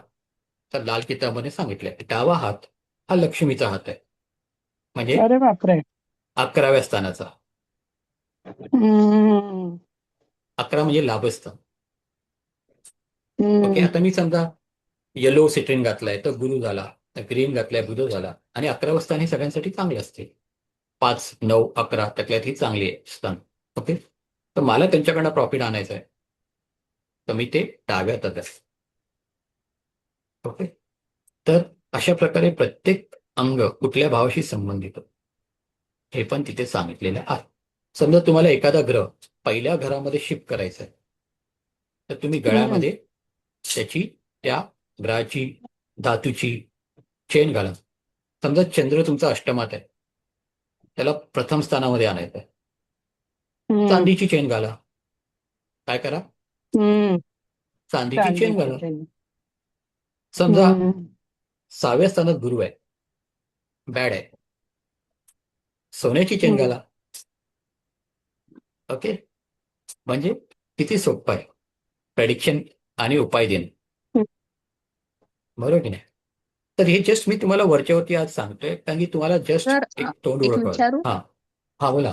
तुम्ही म्हटले 6व्या स्थानात गुरु आहे, सोन्याची चेन घाला. पण आता त्या व्यक्तीला हम्म. समजा राहूची महादशा असेल चालू तर आपण शिफ्टिंग करतो त्या दशेशी संबंध नाही. नाही ना? तुम्हाला गुरुला ओके आता मी गुरुला माझ्या डोक्यावरती आणून ठेवलंय, कपाळावरती टिळा ओके. लावलाय. हां, हां. हां, हां, हां. ओके बरं. थँक्यू. माझं शिफ्टिंग केलं. ठीक आहे. समजा तुमचा केतू खराब असेल ओके तर तुम्ही कानामध्ये सोन्याची रिंग घाला किंवा खराब असो नसो पण कानामध्ये सोन्याची रिंग घालायची. ठीक आहे. त्यांचा केतू चांगला त्यांना मूल अपत्य चांगलं होतं. त्यांचं बुधू चांगलं असतं त्यांना स्त्री म्हणजे मुली चांगल्या होतात. समजलं ना? गुरुजी दोन्ही एक ग्रह चांगले विचारू असतील. का? हा हा विचारा. हे विचारू का? हा विचारा. बुध काही काही जण बुध जो असतो बुधचं काहीतरी मी असं ऐकलं की नाक हा. टोचलं जातं काहीतरी याने म्हणजे बुध काही असं नागछेदन त्याला म्हणतात. नागछेदन हा नागछेदन म्हणजे नागछेदन हा हा आपण हा एसन घालतो ना, बैलाला एसन घालतो ना. हा ओके हा तर तुमचा समजा बुध खराब असेल ओके समजा बुध 6व्या घरामध्ये उच्चीच आहे, तो जर 12व्या घरात गेला तर काय होणार आहे? निश्चित आहे. खराब फळं देणार. 9व्या घरात गेला खराब फळं देणार. 8व्या घरात गेला खराब फळं देणार. ओके मग अशा वेळी तुम्ही काय करायचं आहे? या नाकाला छेद करायचा आहे. या नाकाला मधल्या नाकाला जो आपला पडदा असतो ना पातळ किंवा ते हड असते त्याला छेद करायचा आणि त्याच्यामध्ये चांदीची कुडी असते ना तार ती टाकून ठेवायची. असं तुम्ही 100 दिवस ठेवायचं. किती किती 100 दिवस. 100 दिवस 100 बरोबर. 100 दिवस तुम्ही आता बघा बरेच मोठमोठे सेलिब्रिटीज आर्टिस्ट किंवा ऍक्ट्रेस असतात ते बरेच वेळ नाकछेदन करतात. गोल्ड रिंग वगैरे त्यांच्यामध्ये असते. ओके ते काय हौशेने करत नाही, तो उपाय असतो. समजलं ना? तर नाकछेदन त्याला म्हणतात नाकछेदन. तर तुम्हाला 100 दिवस काय करायचंय? नाकामध्ये ती तार ठेवून द्यायची. ओके आता हा उपाय तुम्ही कधी करणार? तर बुध खराब आहे पण बुधवारचा करायचा. काय करणार? बुध खराब आहे तर बुधवारी. ओके की तुमचा बुध लाईफ टाईम काय होणार? चांगला होणार. ओके एकदाच करायचं आहे नाकछेदन. 100 दिवसानंतर तुम्ही ते काढून टाका. झालं. ठीक आहे. तर पण नाकछेदन हा प्रकार. हा बोला. सोन्याचं हे घालायचं का नाका? नाही नाही चांदीचं चांदी. नाकछेदन चांदीचं. आता इथे चांदीचं का तर चंद्र आहे तो बुधाला आपला मित्र मानतो पण बुध चंद्राला मित्र मानत नाही. समजलं? तर इथे त्याला नागछेदन म्हणजे बुध तुमचा चांगला कसा करायचा आहे तर त्यासाठी हा उपाय. अजून बरेच उपाय म्हणजे प्रत्येक भावानुसार प्रत्येक ग्रहाची काय केलेले आहेत? वेगवेगळ्या रेमेडीज दिलेल्या आहेत. ओके वेगवेगळ्या रेमेडी दिलेल्या आहेत. त्या तुम्ही स्वतः करू शकता त्या तुमच्या क्लायंटला पण सांगू शकता आणि मग त्याचे इफेक्ट आपल्याला विदिन 45 डेजमध्ये मिळायला सुरुवात होतात. आता इथे बघा लाल किताबमध्ये आपण कोणते उपाय करतो ते 43 दिवस करायचे असतात. किती? 43 दिवस. तर याच्या मागे लॉजिक काय आहे? तर याच्या मागे लॉजिक काय आहे? तर आपल्या ज्या काही राशी आहेत आणि आपली नक्षत्र आहेत. ओके तर आपली नक्षत्र आहेत 27 आणि राशी आहेत 12. ओके तर टोटल होती यांची किती? 39. तर ॲज पर लाल किताब त्यांनी काय सांगितलंय की 39 डेज तुम्हाला उपाय करायचाच आहे. ओके पण अजून एक्स्ट्रा काही मागे चुकलं तर तुम्ही ते किती दिवस करा? 43 डेज करायचे असतात. Okay, 43 days. एकदा तुम्ही 43 डेज केले की त्याचं तुम्हाला फळ मिळायला सुरुवात होते. ओके, तर हे जे काही उपाय असतात हे तुम्हाला वन टाइम करायचे असतात की रिकरिंग म्हणजे पुन्हा पुन्हा दरवर्षी करायचे असतात? तर काय करायचं? तर इथे कसं असते, जसं आता नागशेन आहे, तुम्ही एकदा केलं संपलं. उद्या चांगला रिझल्ट द्यायला सुरुवात करेल. किंवा कान टोचून घेतलात, त्यात सोन्याचा रिंग टाकला, तर तुम्हाला तो चांगला तिथून रिझल्ट द्यायला सुरुवात करेल. ओके, पण काही असे उपाय आहेत की जे दरवर्षी तुम्हाला पुन्हा करावे लागतात. पुन्हा त्यांना बॅलन्सिंग करावं लागते. जसं आता आपण आपल्याकडे गाडी असेल, 4 व्हीलर असेल किंवा 2 व्हीलर असेल, बरोबर की नाही?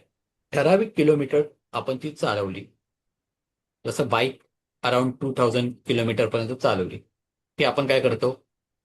तिचं सर्व्हिसिंग करतो, बरोबर की नाही? सर्व्हिसिंग करतो. हां, मग त्याच्यामधलं त्याचं जे काही इंजिन ऑइल असेल ते चेंज करतो. ऑइल. म्हणजे ते कंपल्सरी करणंच आहे. मग ती पुन्हा पहिल्यासारखी चालायला लागते. तसंच लाल किताबमध्ये आपल्याला काही उपाय रिकरिंग आहेत. ओके, आता रिकरिंग उपायासाठी एक उदाहरण देतो. तर लाल किताबमध्ये मंगलबध, लाल किताबमध्ये काय आहे? मंगलबध हा एक कन्सेप्ट आहे किंवा एक पत्रिकेमधला दोष आहे, मोठा महादोष म्हणतात, सगळ्यात महादोष. ओके, मंगलदोष म्हणजे मंगलबध म्हणजे काय?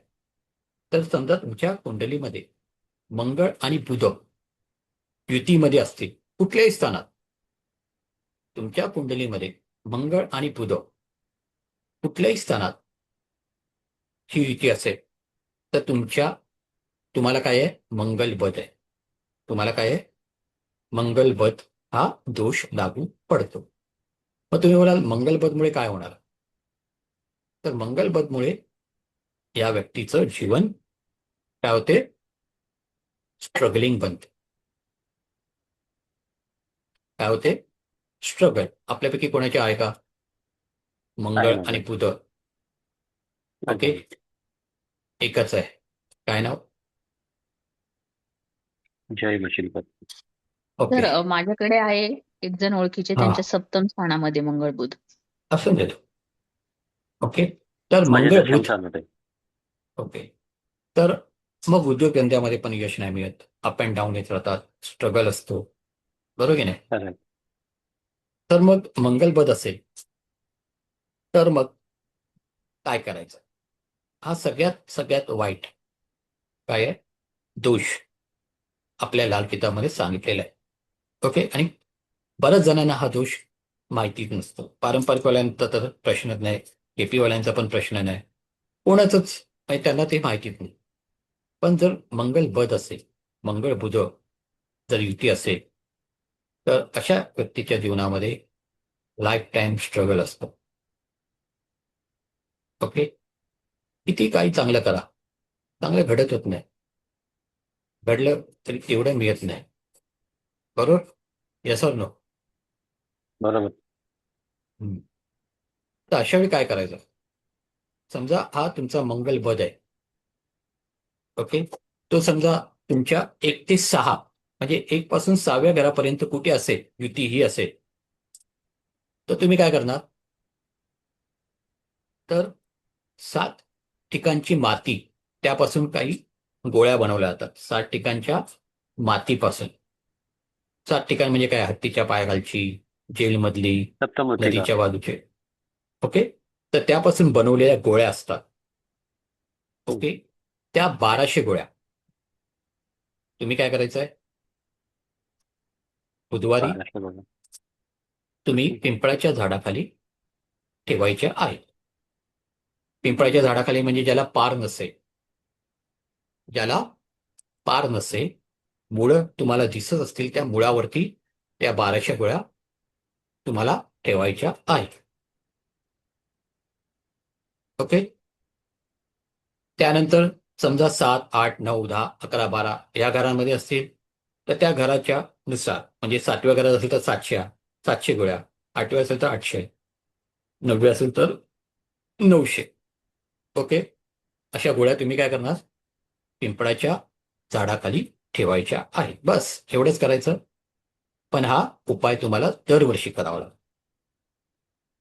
आणि मग तुमच्या जीवनामध्ये काय होईल, तुम्हाला बदल घडलेला दिसेल. समजलं? तर अशा पद्धतीने तुम्ही हा उपाय करा आणि बघा, आता त्या 7 ठिकाणच्या मातीच्या गोळ्या तुम्हाला मिळाल्या पाहिजे किंवा कुठे मिळतात ते तुम्ही शोधा. ठीक आहे, बोला. हॅलो. म्हणजे नेमकं कोणतं 7 ठिकाण? 7 ठिकाण मी सांगितलं ना, तुम्हाला मी ग्रुपवरती टाकून देईन कुठल्या कुठल्या आहेत त्या. हा ते आता 7. तर मृतिका मिळते पण ना हा हा? मिळते, पण त्या पूजेच्या जेलमधली दुकानात हत्तीच्या मिळते का? पायाखालची. हा, पण ते ओरिजिनल असल्या पाहिजे. कारण की हो ना, एका गोळीची किंमत तर तुम्हाला बघायची आधी तर ₹4, कमीत कमी ₹3 ते ₹4 मिळते ती, प्रॉपर बनवलेली असेल तर. अच्छा. ओके. हा, तर त्यानुसार तुम्हाला त्या गोळ्या घ्याव्या लागतात. ओके. तर मंगलबध हा एक प्रकार आहे जो सगळ्यात खराब मानला गेलाय आपल्या लाल पितांबरी. मंगलबध, चतुर्थातील मंगळ आणि नवमातील बुध, हे 3 योग आहेत ना, हे सगळ्यात खराब आहे. ओके. डोळे झाकून कोणी तुमच्याकडे आलं तर तुम्ही काय करू शकता, त्याला हे प्रेडिक्शन देऊ शकता. मग तुमच्या पारंपरिकप्रमाणे तो जरी उच्चीच्या राशीमध्ये बसलेला असून दे, तरी काही फरक पडणार नाही. तुमचं प्रेडिक्शन परफेक्ट असेल. ओके. हा अनुभव आहे. बरोबर. ठीक आहे. तुमची किती उच्चीचा असून दे ग्रह, मंगळ चतुर्थ समजा मकरेचा आहे, पण तरी पण उपयोग नाही. चतुर्थ आहे, तुम्हाला तो स्ट्रगल देणारच. किती लोकांशी येतात, चतुर्थात मंगळ आहे. पण एका मुलीने मला फोन केलेला, सर माझ्या जीवनात खूप प्रॉब्लेम आहे. तर मी बोललो पत्रिका पाठवा. मला म्हणजे हे आलेलं की चतुर्थ यांच्या मंगळ असेल किंवा नवमत बुध असेल किंवा मंगलबध असेल, तर उपाय चतुर्थात काय मंगळ आहे होता. मग? हा. उपाय काय समजलं आहे मग त्याचा? कशाला? मंगळ चतुर्थात असेल तर? मंगळ जसा आता हा सांगितला हा, तो उपाय करू शकतो. म्हणजे ते ह्याच्या का गोळ्या वगैरे ठेवायच्या त्या ना? हा, समजलं.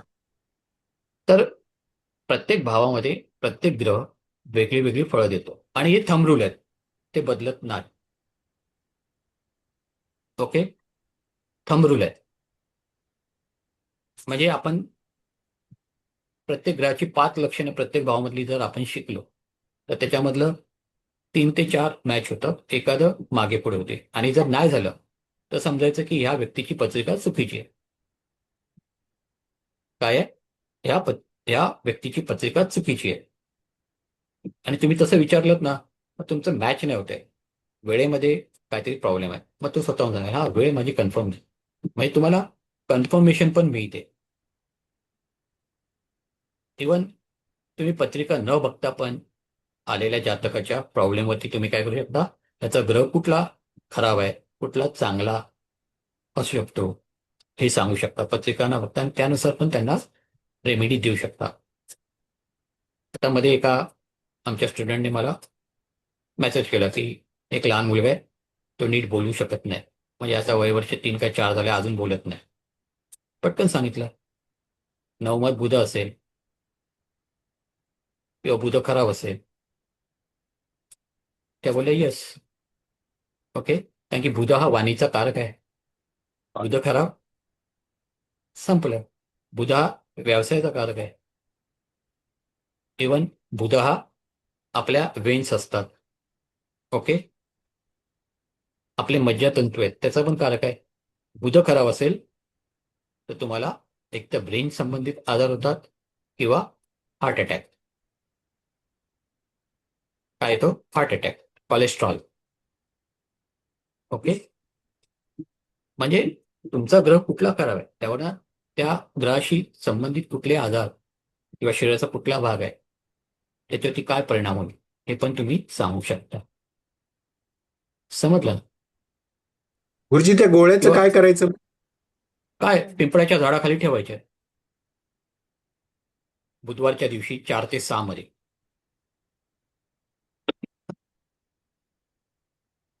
समजलं? तर हे मी तुम्हाला जस्ट तोंड ओळख देतोय. उद्या मी अजून त्याच्याबद्दल खूप माहिती देणार आहे. भरपूर आपल्याला माहिती आहे. स्टेप बाय स्टेप मी तुम्हाला उद्या घेऊन जाईन. ओके, तुमच्यासमोर गुरुजी प्रेझेंटेशन देईन. हा, बोला. मंगळ षष्ठात आहे आणि सूर्य अष्टमात आहे, तर काय समजावं गुरुजी मग? आणि आता चंद्र काही 12 आहे. सूर्य जर अष्टमात असेल तर त्याची प्रतिष्ठा चांगली नसते समाजामध्ये. अच्छा. अष्टम स्थान, ज्याला आपण स्मशान स्थान, मान याला सुद्धा मान सन्मान. हा, स्मशान स्थान बोलतो. हम्म. ओके, तर मग त्या सूर्यामुळे मान प्रतिष्ठा त्याला मिळत नाही. बरोबर आहे. मिळते काय? बरोबर आहे गुरुजी, तुम्ही म्हणता ते. सरकारी कामात अडचणी. अच्छा. ओके, सरकारी कामात अडचणी त्याला घेणं, समाजामध्ये नाव बरोबर. करावं. ओके, षष्ठात मंगळ असेल तर त्यांना लागणं, खडचटणं यापासून सांभाळावं लागेल, किंवा रक्ताशी संबंधित आजार. कावीळ वगैरे कधी झाले? हॅलो, हा गुरुजी. कावीळ हा किंवा होतो रक्ताशी सर संबंधित आजार होतो झाले? बरोबर आहे. हा, हो काय रॉकेट सायन्स नाही. लाल किताब इज क्लिअर. ओके, सर, कुठे बसलाय? हा, राहूवर काय रेमेडी करता येते द्वितीय स्थानात? तृतीय स्थानातला राहू चांगला असतो ना, मी म्हटलंय. आता तृतीय स्थानामध्ये राहू जर असेल तर तुमच्याकडे हत्तीचं चित्र वगैरे काय आहे का? किंवा पण तो चंद्र हत्ती आणि राहू आहे सोबत, चंद्र राहू. असून दे, पण हत्तीशी संबंधित किंवा ताजमहलचं चित्र, हत्तीशी संबंधित चित्र किंवा वस्तू आहे का?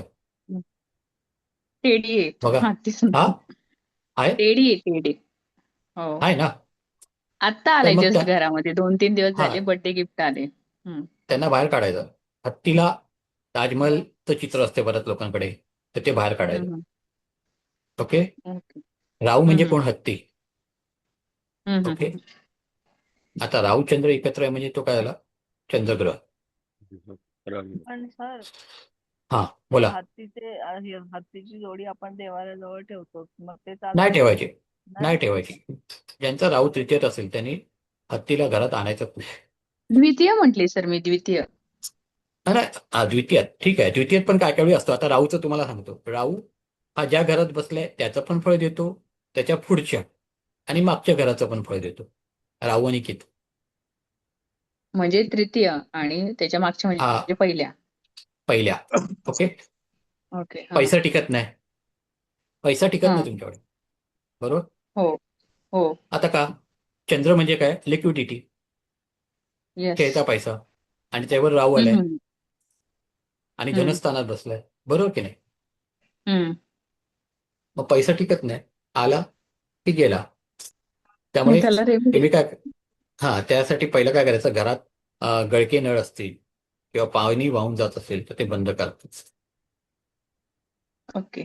चंद्र म्हणजे पाणी, हम्म. समजलं ना? तसं चंद्र हा द्वितीय स्थानात उच्चीच आहे, हम्म, हम्म. बरोबर की नाही? पण तो द्वितीय राहू स्थान सोबत आहे उच्चीच ना आहे. तिथे. पण राहू हा. आल्यामुळे काय झालं? सगळं बिघडलं. नुसतं चंद्र असतं हम्म, तर तुमच्याकडे चांगला पैसा आला असता, खेळता पैसा आला असता. बरोबर. पण आता पैशाची विवंचना. हम्म. आला कुठे गेला कुठे काय समजत नाही. हो, खर्चांना कंट्रोल. मग बरोबर गुरुजी, की नाही? देवघरामध्ये हत्ती ठेवायचेच नाही काय? नाही, जर तृतीयात राहू असेल तर काढून बघा. आम्ही प्रयोग केलेले आहेत. गिरींना तर हत्ती दररोज दिसतात.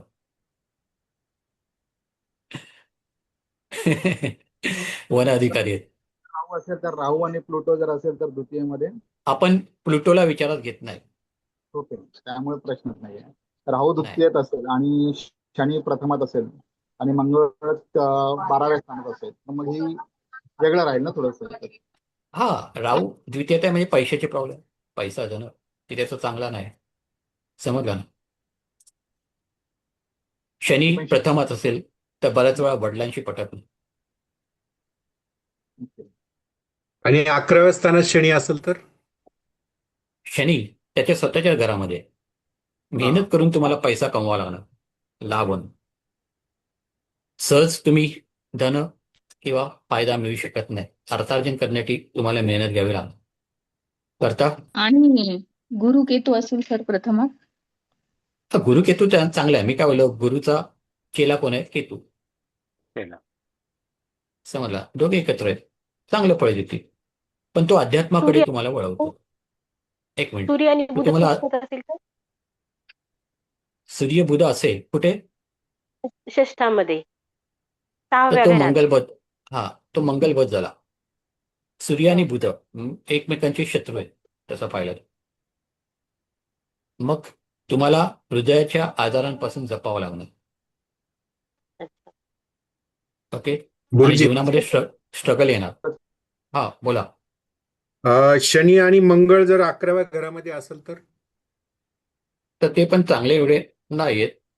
समजलं ना? अच्छा. शनी आणि मंगळ म्हणजे शनी आणि मंगळ एकत्र असेल तर अपघात होण्याची पण शक्यता होऊ शकते, आणि ऑपरेशन.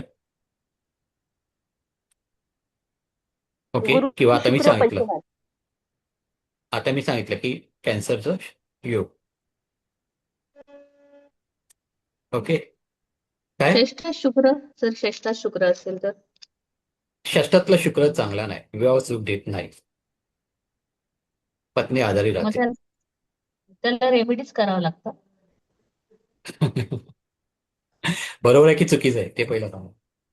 बरोबर आहे. हम्म. आणि पत्नीच्या इवन असेल तर मग पती. पतीबद्दल हम्म, इवन हम्म. ज्यांच्या पत्रिकेमध्ये सूर्य आणि शुक्र युती असते,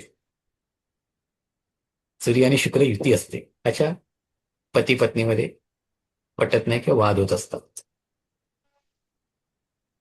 शुक्र काय होतो? दबला जातो सूर्याच्या उष्णतेमध्ये. सूर्य हा उष्ण आहे ना. हा हा बरोबर. आणि बरोबर. अष्टमात तर मग अजून त्याचे हा बरोबर. अष्टमात कोणाचं आहे? आहे, क्लायंट आहेत माझ्या ओळखीचे, त्यांचे आहे. मग त्यांच्या विवाह सौख्यामध्ये प्रॉब्लेम हम्म. आहे की नाही?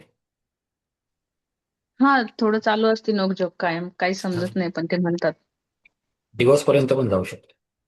शुक्र आणि राहू अष्टमात असेल, शुक्र आणि राहू अष्टमात असेल तर अशी व्यक्ती आपल्यापेक्षा वयाने जास्त असलेल्या व्यक्तीबरोबर संबंध ठेवते.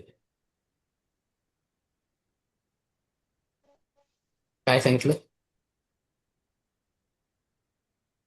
शुक्र आणि राहू अष्टमात असेल तर अशी व्यक्ती आपल्यापेक्षा वयाने जास्त असलेल्या व्यक्तीबरोबर संबंध ठेवते किंवा लग्न पण करते. कोणी आई ज्योतिषी? अष्टमातला चंद्र पण आजार पण देतो ना स्त्रियांना. आजारपण म्हणजे पैसा, कर्ज. पैसा टिकत कर्ज. नाही, कर्ज. हम्म. उपाय देऊ? सांगा. पहिलं बरोबर आहे का? कर्ज आहे का? लोन लायबिलिटी, पैसा हा, टिकत म्हणजे नाही. मी नाही बोललेले, एक ओळखीचे क्लायंट आहेत, त्यांचा हा हा, प्रश्न होता आपण मला. बघा, आपण कोण आहोत? डॉक्टर आहोत. आपल्याला तर उपाय द्यायचे आहेत हा, ना. पण ऍक्च्युली त्यांचा प्रश्न असा आहे, त्यांच्याकडे पैसाच येत नाही, खूप एज्युकेटेड आहेत. हा, मग तेच सांगितलं ना. मग काय मी बोललो? मग लोन बरोबर. लायबिलिटी आली ना. Yes, correct. सोमवारच्या दिवशी एक काचेची 1 लिटरची बाटली घ्यायची. काचेची काय? 1 लिटरची 1 बाटली, लिटरची बॉटल. ट्रान्सपरंट. आणि ती स्मशानात जायचं. स्मशानात विहीर असेल तर विहिरीतलं पाणी घ्यायचं, किंवा विहीर नसेल, मुंबईच्या ठिकाणी विहीर नसते, तर नळाचं पाणी घ्यायचं. आणि ती बॉटल बंद करून आपल्या घरामध्ये आणून ठेवायची. कुठेही ठेव, एनिवेअर, एनी डायरेक्शन. बरोबर. करून बघा, खूप फरक जाणवतो. मी असं नाही बोलणार की 100%. आणि एकदा आणून ठेवली ती आणून ठेवली, मग पाणी बिनी बदलायचं काय प्रश्न नाही. 1 टाइम. ओके. आणि सर, अडगळीत हम्म. सूर्य शनी युतीचे बऱ्याच जणांना अनुभव येतात. जातक आणि पुत्राचं, सॉरी, पिताचं पटत नाही. वडिलाचं आणि मुलाचं. हा शत्रू आहेत ना ते एकमेकांचे. त्यामुळे इव्हन हा. शनी प्रथमात आला तरी पण तो प्रॉब्लेम होतो. सूर्य सप्तमात गेला तरी पण तो प्रॉब्लेम होते. किंवा मग पित्याचं ह्याच्यामध्ये हेल्थ चांगलं. रेमेडी करताना मग सूर्याची करायची का शनीची? ते काय ते कुठल्या हाऊसमध्ये आहेत त्यानुसार ते डिसाईड करावं लागतं. बोलू का? 6व्या असेल तर 6व्या हम्म? सर 6व्या बोलू का? हॅलो. सर एक 6व्या बोलू घरात का? असेल तर हा मग 6व्या घरात कोण चांगलं आहे कोण वाईट आहे ते पहिला डिसाईड करायचं. मग चांगलं असेल त्याला ठेवा. शनी उच्चीच आहे तिथे आणि सूर्य नीच आहे तुळा राशीत. नाही आपण घर बघतो ना आता हाऊसेस फर्स्ट सेकंड सहावं. सर थर्ड एक फोर्थ. बोलू का हो? सर 6वं एक बोलू का? हा तसं पाहिलं तर 6व्या घरात सगळेच खराब असतात. हा 6व्या सर घरात. सर एक शुक्र बोलू का? त्या हा बोला. दिवशीचं 1 लिटर ऍक्च्युली काय बाटलीचं होतंय माहितीये सर, लाल किताबची माहितीच मिळत नाही. प्रत्येक जण आपली पत्रिका सांगते किंवा आपल्या क्लायंटशी सांगते. हा प्लीज हा जरा आम्हाला हा ते काहीच मी ज्ञान नाही, आम्हाला काहीच ज्ञान नाही ऍक्च्युली आणि हा डायरेक्ट रेमेडीज. आता सॉरी हा पण हा मी खरं ते नाही नाही सांगते. नाही बरोबर आहे. मी हे का सांगतोय माहितीये हे का घेतोय कन्फर्मेशनसाठी. ओके हे आपली काय आहे एक कन्फर्मेशनसाठी की असं घडतंय का. ओके तुमच्या जीवनात असं घडतंय का. ओके जर ते घडत असेल आणि ते तुम्हाला पटत असेल तर तुम्हाला पुढचं सांगून उपयोग आहे. बरोबर की नाही. Yes or no. बरोबर आहे. सर ते हा सोमवारच्या दिवशी 1 लिटर काचेच्या बाटलीत पाणी भरायचं ते कशासाठी उपाय होता? चंद्र आहे तो अष्टमात असेल तर. चंद्र अष्टमात असेल तर का? म्हणजे आता याच्या मागचं लॉजिक काय अष्टम स्थान हे स्मशान स्थान आहे. हा ते अग्नी प्रज्वलित असतो. बरोबर की हा नाही. मग त्या अग्नीमध्ये चंद्र जळतो. हा मग त्या चंद्राला तिथून बाहेर काढायचं. तिकडचं पाणी आण.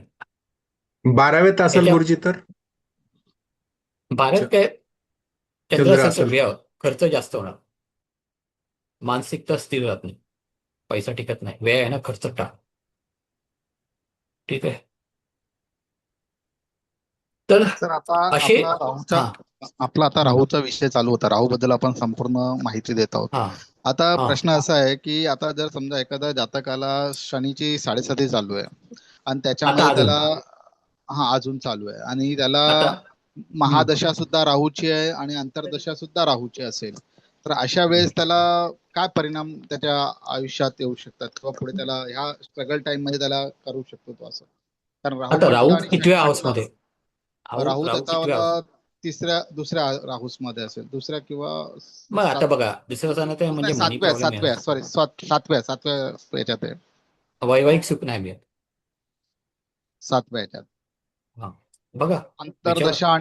अंतर्दशा आणि महादशा असली तरी पण शनीची 7.5 आणि राहूची महादशा आणि अंतर्दशा सुद्धा राहूची त्याच्यामध्ये एवढा फरक पडू शकतो.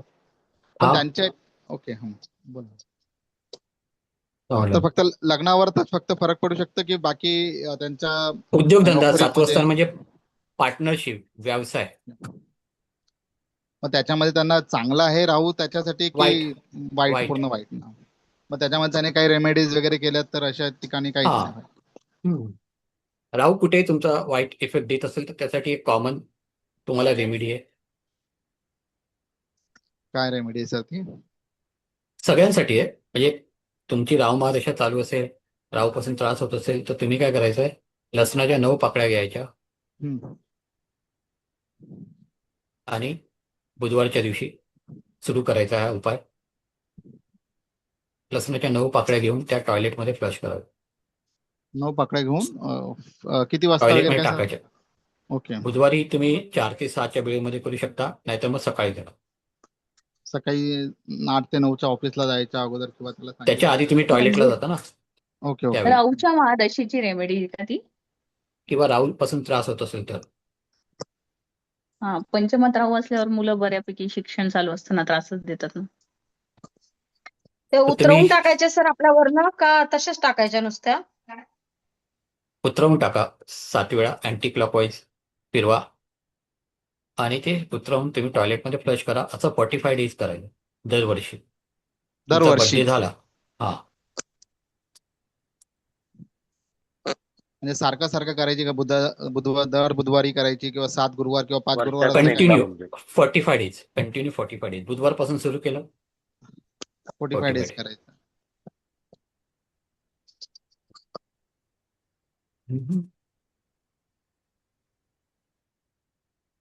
म्हणजे दर बुधवारी नाही, फक्त रोज करायचं बुधवारपासून स्टार्ट केलं की हो 45 दिवस.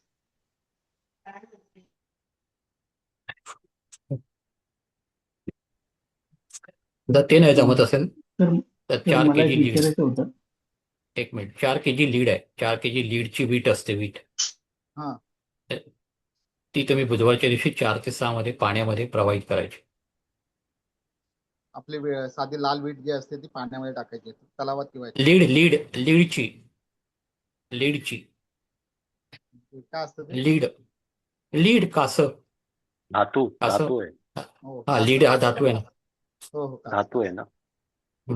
त्याची 4 केजीची वीट घ्यायची आणि ती बुधवारच्या दिवशी 4 ते 6 मध्ये जलप्रवाहित करायची. हे सगळे उपाय कंटिन्यू 43 दिवस ना सर? नाही, वीट तुम्ही 43 दिवस कुठे करणार? एकदाच करायचं वर्षातून. नाही नाही नाही. ते लसणाचं म्हणते मी, राहूचं. हा. वीट एकदाच करा, नाहीतर हा दिवाळी हा आहे. वेट नाही नाही. आणि सप्तमातला चंद्र राहू. चंद्रराहू काय मन स्थिर नाही राहत. सप्तमात चंद्राला वेगळं करा, राहूला वेगळं करा. समाधान. मग दोन्ही रेमेडीज करायच्या त्या?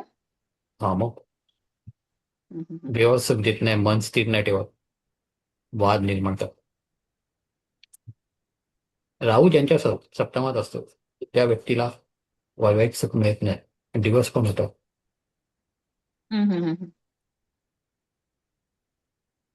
तर मुंबईसारख्या ठिकाणी जर वाहतं पाणी नसेल तर काय करायला लागेल त्याच्यासाठी? वीट कुठून शोधावं आणायला लागते. लागेल? शोधावं लागणार किंवा समुद्रात नेऊन टाक. समुद्रात चालेल ना. हा. समुद्रात टाक. तर आता आपण विषयाकडेच आहोत, काय प्रॉब्लेम नाही. बऱ्याच जणांना याबद्दल माहिती नसल्यामुळे ते कन्फ्यूज असते किंवा थोड्या गोंधळलेले असते, पण ठीक आहे. तर आता इथे आपण काय पाहिलं की आपली साधी लग्न कुंडली आहे, बरोबर? ती घ्यायची. अजून एक आपण घेऊया, ओके? मग तुम्हाला समजून येईल. आपल्याला कोणाची घ्यायची असेल तर सांगू शकता. तर माझी घेता काय नाव आहे? सचिन देसाई. हा, सचिन सचिन देसाई. अरे वा, कसे असतं? मजेत. ओके, आता आपण यांची एक पत्रिका घेऊया. आपण डायरेक्ट काय करूया, इथे पत्रिका कशी आपण मांडणार ते बघणार आहोत. लाल किताब. ओके, आता इथे बर्थ डेट काय आहे? 2011-78. 20 ना, 20 हा, 2011 1978. 1978. टाइम काय आहे? 8:36 AM 8:36 मॉर्निंग. हा, तिथे आहे. मुंबई. नाही, कराड. मुंबई ना, कराड. कराड. आता आपण यांची लाल किताब कुंडली मांडणार आहोत. ओके,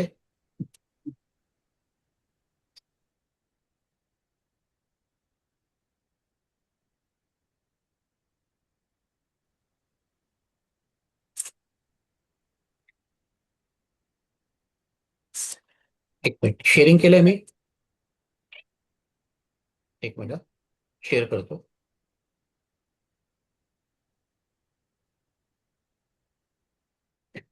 आता ही सचिन यांची काय आहे, कुंडली आहे. आता आपल्याला ती काय करायची आहे, लाल किताबमध्ये कन्वर्ट करायची. यासाठी आपण काय करणार आहोत, कुठली कुंडली बघणार? लग्न कुंडली. कुठली कुंडली पाहणार? लग्न कुंडली. ओके, आता ही यांची लग्न कुंडली आहे. आता आपण काय करणार, या कुंडलीमध्ये राशी विसरून जायची आहे. राशी काय करणार, विसरून जायची आहे. फक्त आपण काय करणार, हाऊसेसला 1 2 3 4 5 6 7 8 नंबर टाकणार. ओके, आता हे तुम्हाला समजावं म्हणून मी काय करतोय, नंबर लिहितोय. आता इथे पहिला हाऊस काय आहे, 1 नंबर. दुसरं काय आहे, 2 नंबर. ओके, 3, त्यानंतर 4, 5, 6 7 8 सॉरी 8 माऊस नीट चालत नाही. 9 10 11 12. आता आपण चला यांची कुंडली मांडली. ओके, लाल किताबाने पहिल्या हाऊसमध्ये कोण आहे? मंगळ आहे. आता मंगळ कसं आहे? स्वतःच्या घरामध्ये. मग चांगलं आहे की वाईट आहे? पण मंगळ बुध युती आहे. हा, चांगला आहे. पहिला मंगळ चांगला आहे, पण आता बघा स्वघरात. त्यांच्याबरोबर कोण कोण आलंय? बुध आलाय, रवी आलाय. रवी ओके, म्हणजे बघा मंगळ आणि रवी आणि बुध, जर नुसतं मंगळ असता तर काय प्रॉब्लेमच नव्हता. रवी आला असता, मंगळ रवी, तर वेल अँड गुड. ओके, म्हणजे हे गव्हर्नमेंट कामामध्ये किंवा त्यांना एवढं यश मिळालं असतं की आपण विचार करू शकत नाही. पण आला कोण त्याच्याबरोबर? बुध. बुध आलाय. मग काय झालं त्यांचं? मंगल मंगळ बध. बुध. काय आलं? मंगल बध. मंगळ त्यामुळे बुध. जीवनामध्ये अस्थिरता निर्माण होते. ओके, आता तुम्ही बोलाल पहिलं स्थान हे काय आहे? सिंहासन आहे. मी काय बोललो? पहिलं स्थान हे काय आहे? सिंहासन आहे.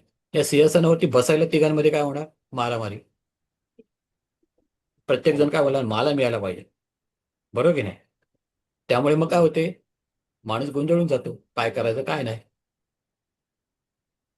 होते की नाही असं? हा सर, हॅलो, होतो हा, होतो होतो. बघा ना, मेन सिंहासनावरतीच बसायला तिघ जण पुढे आलेत, रवी, मंगळ आणि बुध. त्यामुळे मानसिकता आणि काय करायचं कसं करायचं समजत नाही.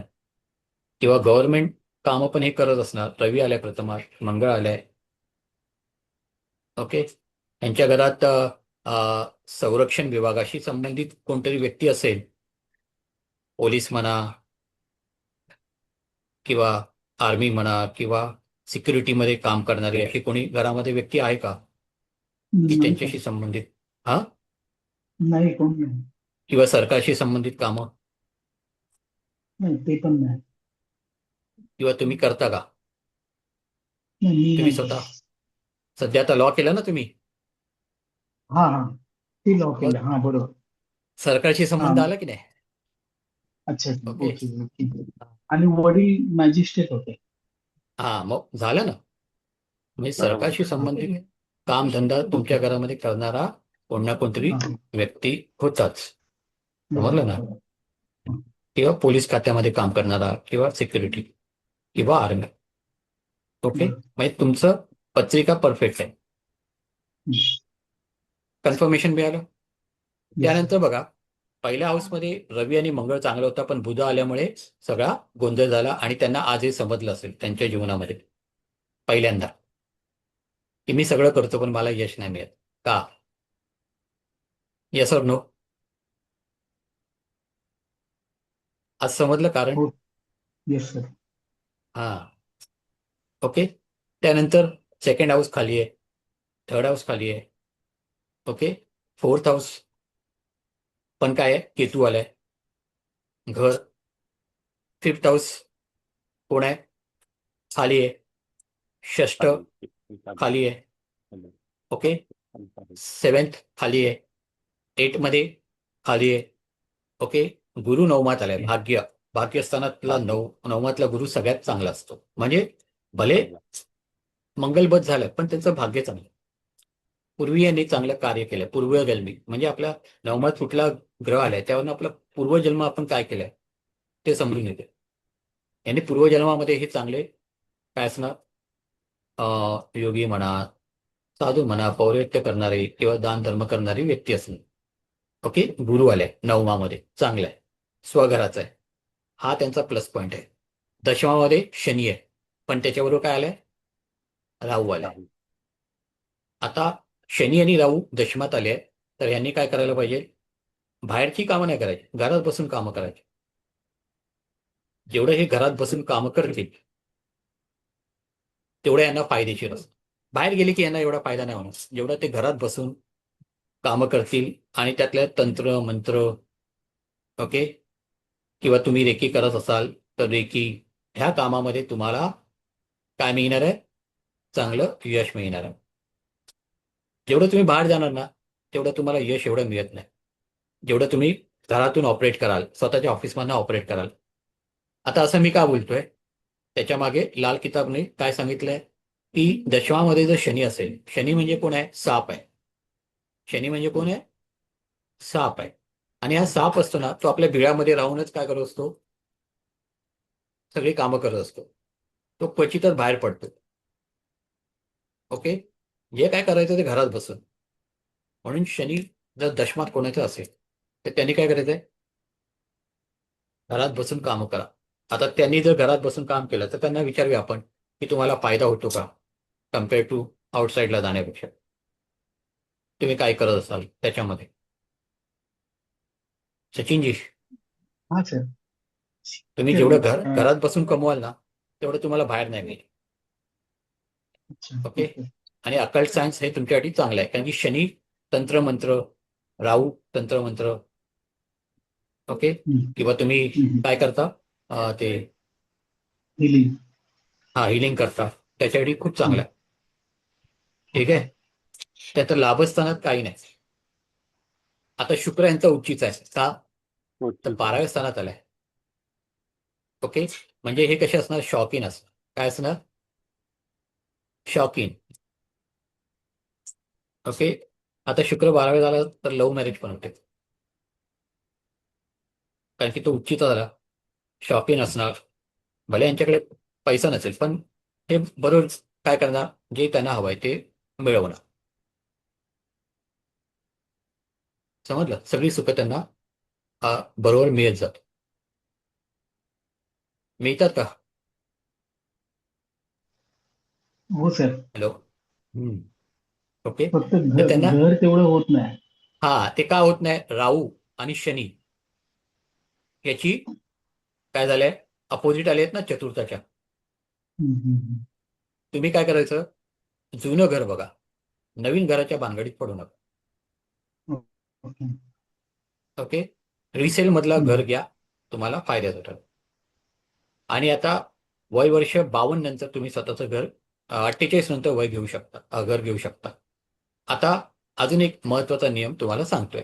शनी जर दशमात असेल तर अशा व्यक्तींनी 48 वर्ष पूर्वी, म्हणजे 48 वर्ष पूर्ण होण्यापूर्वी जर घर घेतलं तर त्या व्यक्तीच्या जीवनामध्ये बर्बादी होते. काय होते?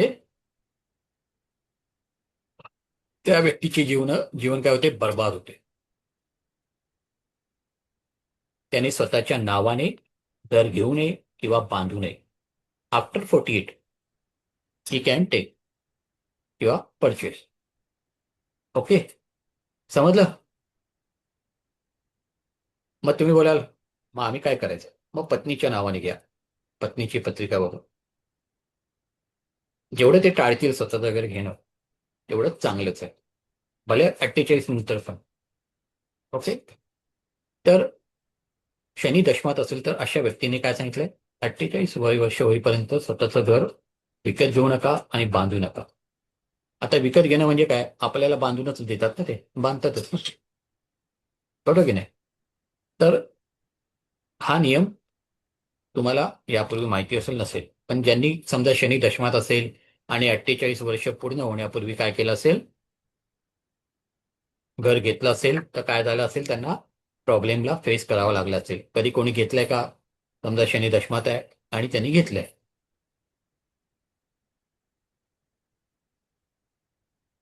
येस और नो? आता इथे बघा काय माहितीये, लाल किताब हे आपल्याशी बोलते, कुंडली आपल्याशी बोलते. ओके, ते बोलते ना तर ते आपल्याला समजून पण घेता आलं पाहिजे. आता माझ्याकडे काय आहे का जवळपास? काय ना, अनुभवातून अभ्यास करून करून आपण काय केलेलं आहे हे मी सांगतोय. मी फक्त काय बघतो? ग्रह कुठल्या घरामध्ये आहे, कोणाबरोबर आहे, मग तो काय करू शकतो. आता यांच्या शुक्र सगळ्यात चांगला आहे, बरोबर की नाही? म्हणजे हे लक्झरियस लाईफ जगत असणं, जगतं की नाही? हो सर. हा, पण बरोबर सेविंग आहे. होत नाही हो. हा, खर्च होतो भरपूर, सेव्हिंग नाही होत. हा, खर्च तर म्हणजे मी काय बोललो, लक्झरियस लाईफ जगणार म्हणजे तुम्ही खर्च करणारच ना. हम्म, मी काय बोललो, पैसा जरी घरात खिशात नसेल तरी पण तुम्ही त्याची सोय करणार, तो उभा करणार. हम्म. येस और नो? हो, ओके. आणि लव्ह मॅरेज पण तुमचं झालेलंच आहे, बरोबर की नाही? का तर बरोबर शुक्र बरोबर. उच्चीच आहे. ओके. आणि दोघांमधले संबंध पण चांगले असणार. शुक्र जर उच्चीच आहे तर पती पत्नीमध्ये पण वेळ चांगला राहतो, बरोबर की नाही? शुक्र म्हणजे पण पत्नी तुमची. ओके.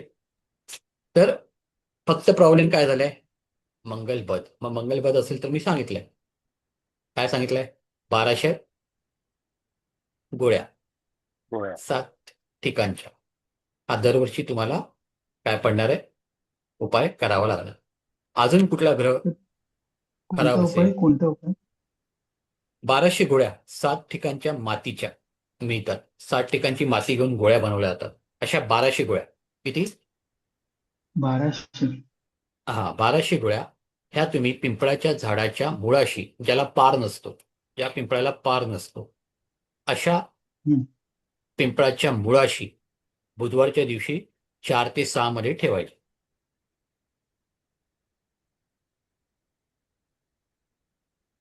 आता तुम्ही बोलाल बुधवारीच का? तर बुधवारीच का? तर बुध हा प्रथमच चांगला नाही, हम्म. तो या दोघांना बिघडवतोय, खराब करतोय. तर मंगल बद 1200 आहे. गोळ्या हे कशाच्या? 60 60 ठिकाणचं? ठिकाणच्या मातीच्या. मातीचे. आता हे ठिकाण म्हणजे कुठलं असलं पाहिजे? सांगतो ना, जेलमधली, हत्तीच्या पायाखालची, नदीतली, अशा अच्छा. वेगवेगळ्या ठिकाणच्या, ओके. शाळेमधली, मंदिरातली. समजलं? जेलमधली. हा, जेलमधली पण. तर अशा 1 2 मातीपासून, 3 4 झाले. हा, अशा मी तुम्हाला लिस्ट पाठवेन, बरं. ठीक आहे? तर अशा माती घेऊन त्याच्या गोळ्या बनवतात, त्या पिंपळाच्या झाडाखाली ठेवायच्या असतात. आता कोणाला काय विचारायचं असेल की अजून एखादी पत्रिका घ्यायची असेल तर मला सांगू शकता. हे आपण जस्ट वरवरचं घेतोय, डिटेलमध्ये आपण. आता कोणाला काय समजलं नसेल तर कोणी विचारू शकता. कोणाला काय समजलं नसेल, हा, तर ते मंगळ बद आणि मंगळ चांगला. आता इथे बुध नसेल तर मंगळ चांगला होता. एकदम जबरदस्त होता. रवी मंगळ एकत्र आले म्हणजे तुम्हाला कोणी आवरूच शकलं नसतं. बरं, मग आता मी ऐकलं की लाल किताब मध्ये ग्रह पण मागे पुढे करता येतात. हा, करता येतात, पण त्यातल्या तुम्हाला हा उपाय करणं गरजेचं आहे. Okay okay. अच्छा, म्हणजे हा कोर्स आपला झाल्यानंतर आपण ते ग्रहांचं मागे पुढे करणं, या घरातून शिफ्टिंग, ह्या घरात हा, ठेवणं, ते पण करू शकतो. ते पण करू शकता. इव्हन तुमच्या हम्म. मकान कुंडली शिकवली जाते, त्यानुसार पण तुम्ही तुमच्या घरामध्ये उपाययोजना करून ग्रहांचं शिफ्टिंग घरामध्ये पण करू शकता. इकडे समजलं? ओके. आता इथे उद्या मी तुम्हाला सांगणार आहे की ही जी काय 12 घरं आहेत, त्या 12 घरांना 12 दिशा, सॉरी, आपल्या 8 दिशा काय केलेल्या आहेत? विभागून दिलेल्या आहेत. ओके. मग ते तुम्हाला समजेल. किंवा आपल्या प्रत्येक घराला कुठलं स्थान दिलेलं आहे. जसं मी गळा म्हटलं की पहिलं, डावा हात म्हटलं की 11वं, ओके, उजवा म्हटलं की तृतीय, अशी काय दिलेली आहेत घरांची त्यांना जागा दिलेली आहे. आपल्या शरीरातील पार्टला म्हणा किंवा काही ठिकाणांना म्हणा. जसं अष्टम स्थान म्हणजे काय? स्मशान स्थान. हा, षष्ठ स्थान म्हणजे पाताळ, म्हणजे जमिनीच्या खाली. मगाशी मी तुम्हाला काय सांगितलं? राऊची वीट काय करा? काय करा? पाण्यामध्ये प्रवाहित सोडून. करा, बोललो ना. आता प्रवाहित करा म्हणजे प्रवाहित होत नाही. शिस हा जड जड जातोय ना, तो काय होतो? पाण्याखाली बुडतो, बरोबर. बरोबर की नाही? पाण्याच्या तळाला जातो म्हणजे कुठे जातो? कुठे जाणार? पाताळात. पाताळ. ओके. आणि षष्ठ स्थान हे पाताळच आहे आणि राहू तिथे उच्चीच आहे, मग तो चांगलं फळ देतो. चांगलं. हो. ओके. लॉजिक समजलं? प्रत्येक गोष्टीला लॉजिक आहे. ते समजलं तर तुम्हाला रेमेडी देणं सोपं आहे. किंवा आपण टॉयलेटमध्ये लसूणच का टाकतो?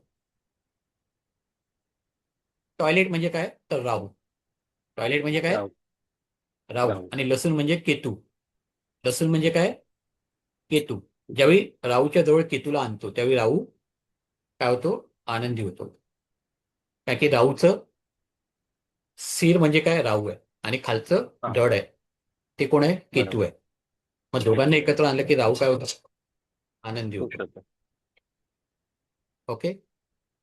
म्हणजे खूप लॉजिक आहे त्याच्या मागे, तर्क आहे. आणि मग ह्या सगळ्याचं आपण काय करणार हळूहळू आजच्या दिवसामध्ये तो जस्ट आपली एक तोंड ओळख तुम्हाला दिलेली आहे. उद्या आपण त्याच्यात अजून डिटेल तुम्हाला सांगणार आहे. प्रत्येक म्हणजे ग्रहाचं आयुष्य आहे. ओके. आता आपण बघतो की म्हातारपणी काय होतो आपल्याला ग्रह देणं म्हणजे फळ देणं थांबवतात. बरोबर की नाही. आणि आपला मृत्यू होतो का तर एकदा ग्रहांची आयुष्य संपली की मग काय होणार आहे त्याचा इफेक्ट निघून गेला. बरोबर की नाही. तर हे सगळं आपण आता उद्या काय करणार आहोत जाणून घेणार आहोत. अजून कुंडली जर समजली नसेल आपण कशी बनवली आहे उद्या आपण सगळं बघू. ओके. म्हणजे ग्रहाची उच्च स्थानं नीच स्थानं स्वग्रह पक्की ग्रह. ओके. हे सगळं मी तुमच्यासमोर पत्रिका ठेवत जाईल तुम्हाला समजावून सांगेन. ओके. फक्त तुम्हाला ते आता हळूहळू समजून घ्या. तर आता ठीक तुम्ही आहे. जसं सांगितलं की हा वॉशरूम मध्ये आपण राहू आणि केतूसाठी लसणाच्या पाकळ्यांचा आपण उपयोग करतो. पण काही काही याच्यामध्ये असं पण दाखवलं जातं की तुम्ही एका वाटीमध्ये लसूण घ्या आणि ते वॉशरूम मध्ये ठेवा वगैरे. ते काय तथ्य असतं का त्याच्यामध्ये? तथ्य आहे नाही का काय काय? नाही कारण तिकडे पण राहू आणि केतूचे मिलाप आहे असं पण पण असतं. त्यांचा मिलाप कुठे होतोय टॉयलेट म्हणजे राहू ना त्याच्यामध्ये टाकलं मिलाप झाला ना. पण ते पूर्ण जे क्षेत्र आहे ते राहूच्या ऑब्झर्वेशन खालीच असतं ना त्याच्यात. नाही ना पण त्यांचा मिलाप कुठे होतो. ओके. आता कारण समजा सांगतो पती आणि पत्नी विवाह होतो बरोबर की नाही. समजा त्यांना नुसतं एकमेकांच्या समोर आता 7 ज्यावेळी फेरे मारले जातात त्यावेळी त्यांना फक्त एकमेकांच्या समोर उभं केलं किंवा मध्ये गाठ न बांधता फिरवलं तर ते 7 फेरे होऊ शकतात का. नाही होणार. नाही. त्याला गाठ मारावीच लागते ना. ओके. म्हणजे ते ठेवणं गरजेचं आहे. मिलन झालंच पाहिजे नाहीतर इफेक्ट नाही मिळणार. नाही होणार. बरोबर. बरोबर नाही, ना. कारण माझं ऑब्झर्व म्हणजे मला जे हे बघितलं होतं ना त्याच्यामध्ये असं आलं होतं की आता तुम्हाला म्हणून राहूच्या सांगतो क्षेत्रामध्ये बोला ना. रील्स वरती जाऊ नका. रील्समध्ये बऱ्याचशा चुकीचे काय होतात तुम्हाला रेमेडी दिल्या जातात. भरपूर चुकीचं अर्धवट सांगितलं माहिती जाते असते. आणि त्यामुळे काय होते आपलं नुकसान होतं. मिसगाईड करतात ते. आता माझ्याकडे पण भरपूर तोडगे उपाय आहेत पण ते सगळे आम्ही काय केलेले आहेत वापरलेले त्याचा रिझल्ट घेतलेला आहे. त्यावेळी मी सांगतो म्हणजे आता मला गेल्या महिन्यात तोडगे आणि उपायाचा क्लास संपला. ओके. तर त्यावेळी जे मी उपाय त्यांना दिले त्या सगळ्याचे काय रिझल्ट मला मिळालेले त्यावेळी मी ते शिकवलं. कारण की हवेत तीर मारून उपयोग नाही होत या क्षेत्रात का तर त्याने दुसऱ्याचं नुकसान होते. हो बरोबर की नाही. तुम्ही डॉक्टरकडे गेलात चुकीचं औषध दिलं तर काय होईल पेशंटचा प्राण जाईल ना. बरोबर आहे. तसंच आपले उपाय पण आहे की जे प्रॉपर दिलेच पाहिजे नाहीतर मग काय त्याचा रिव्हर्स इफेक्ट पण होऊ शकतो फायर बॅक. ओके. त्यामुळे आपण पूर्ण माहिती घेऊन आता न्यूमरोलॉजीमध्ये सेम लाल किताबचेच सगळे उपाय दिलेले आहेत. काय फरक आहे पण त्याच्या मागचं लॉजिक काय सांगितलं नव्हतं पण ते लॉजिक तुम्हाला इथे क्लिअर होतं. आता हे लॉजिक तुम्हाला पटलं की नाही राहू आणि लसूणचं. हो. बरोबर की नाही. मी लॉजिक सांगणारच तरच पुढे जाणार. ओके. तुम्हाला मंगळ चांगला करायचा असेल तर तुम्ही मंगळ खराब असेल तर तुम्ही मधाचं दररोज एक बोट सकाळी उठल्यावरती आपल्या जिभेला लावा. मध म्हणजे मंगळ चांगलं होईल. तर हा उपाय मंगळ समजलं? खराब असेल तर खराब असतो. आता समजा सचिन यांचा मंगळ खराब आहे प्रथमात आहे पण खराब आहे तर त्यांनी काय करायचं मंगळाला चांगला करण्यासाठी दररोज एक बोट जिभेला लावायचं. म्हणजे दररोज. मंगळ बधसाठी सुद्धा हा उपाय चालेल. हा, म्हणजे त्याच्यात मंगळ चांगला रिझल्ट येईल.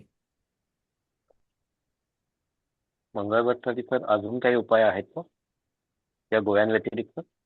नाही, गोळ्यांचाच एक उपाय सगळ्यात जबरदस्त आहे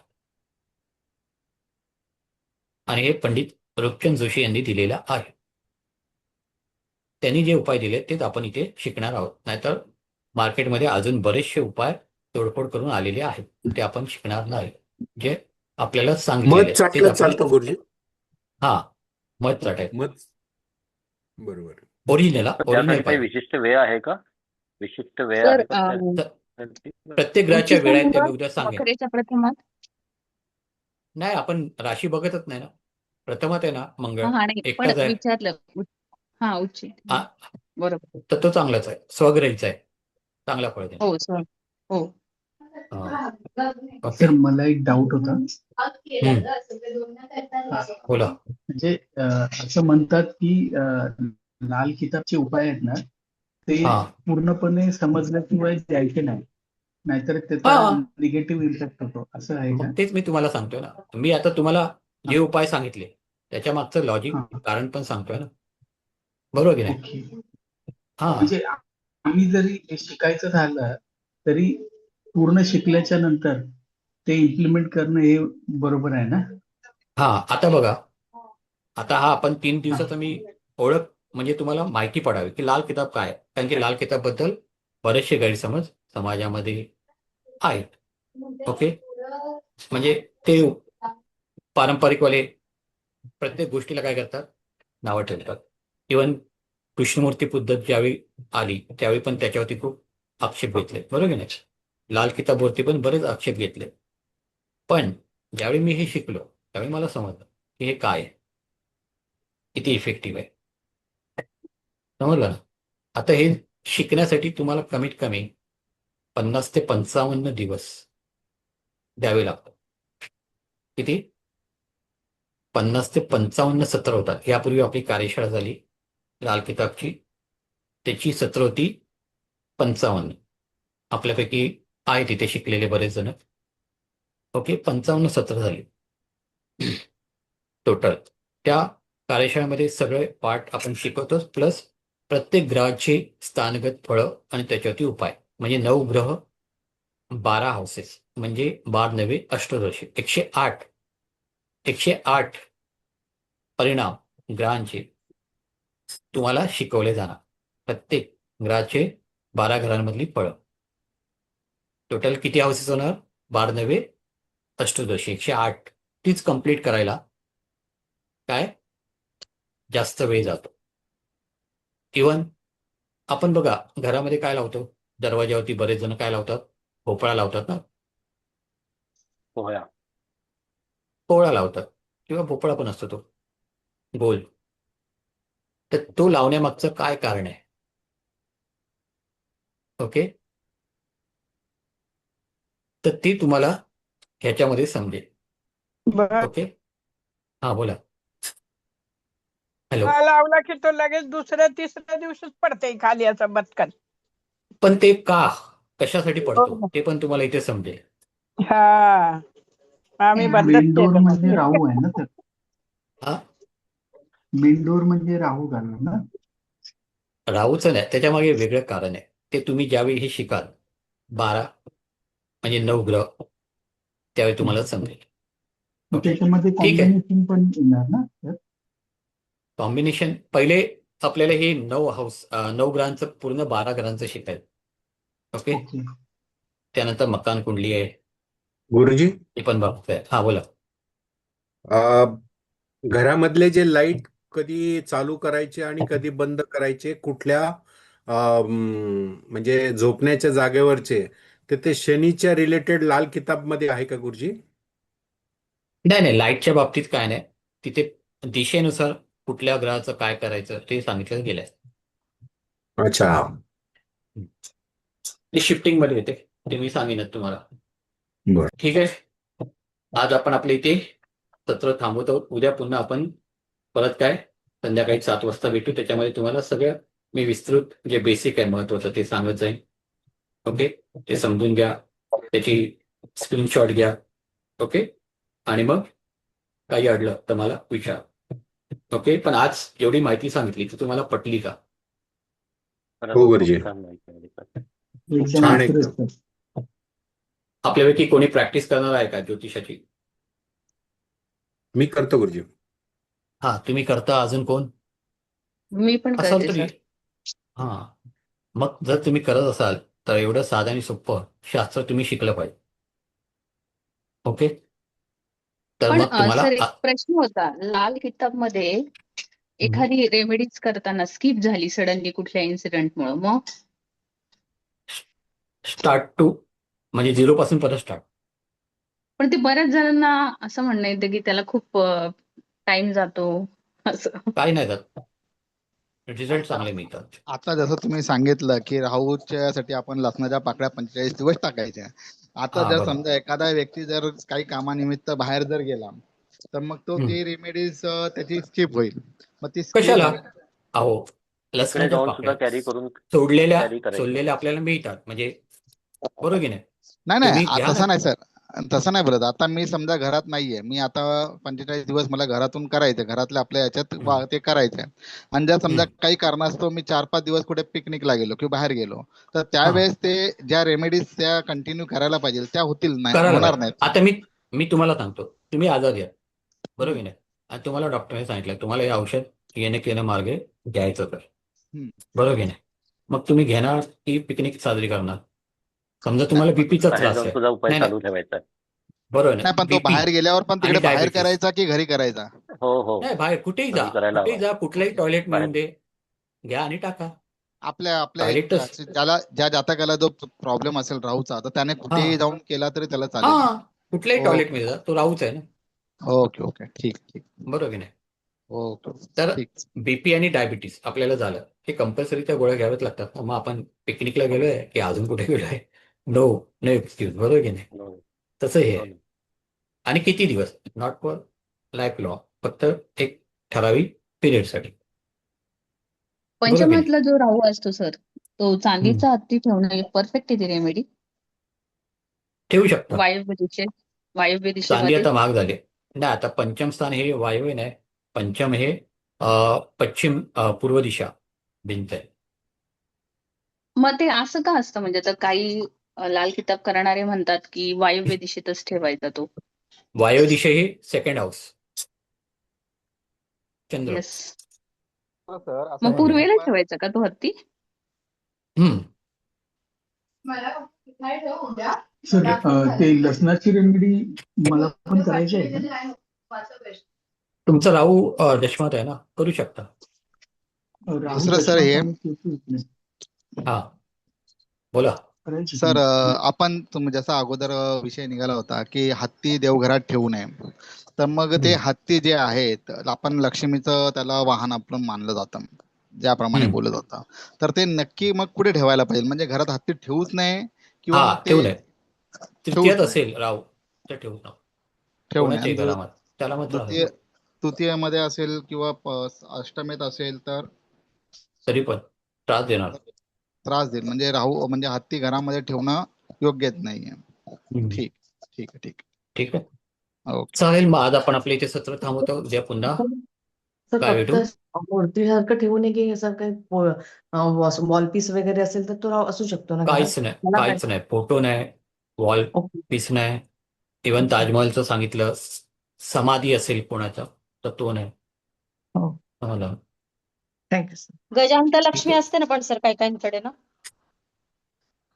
त्यांची यंत्र वापरा ना लक्ष्मीला. म्हणजे श्रीयंत्र. हत्ती म्हणून ते नाही का गोल्डन कलरचे आता ठेवतात गजांत माहिती आहे, लक्ष्मी माहिती आहे. म्हणून. हा. तुम्ही श्रीयंत्र वापरा. लक्ष्मीचं सगळ्यात चांगलं चिन्ह. ठीक आहे. चालेल. आता आपण आपल्या इथे सत्र थांबूया. उद्या पुन्हा आपण भेटू आणि आपल्या पुढच्या प्रवासाला सुरुवात करू. ठीक आहे. धन्यवाद गुरुजी. खूप छान धन्यवाद माहिती सर. दिली. खूप खूप खूप छान धन्यवाद. एकदम. थँक्यू. शुभरात्री.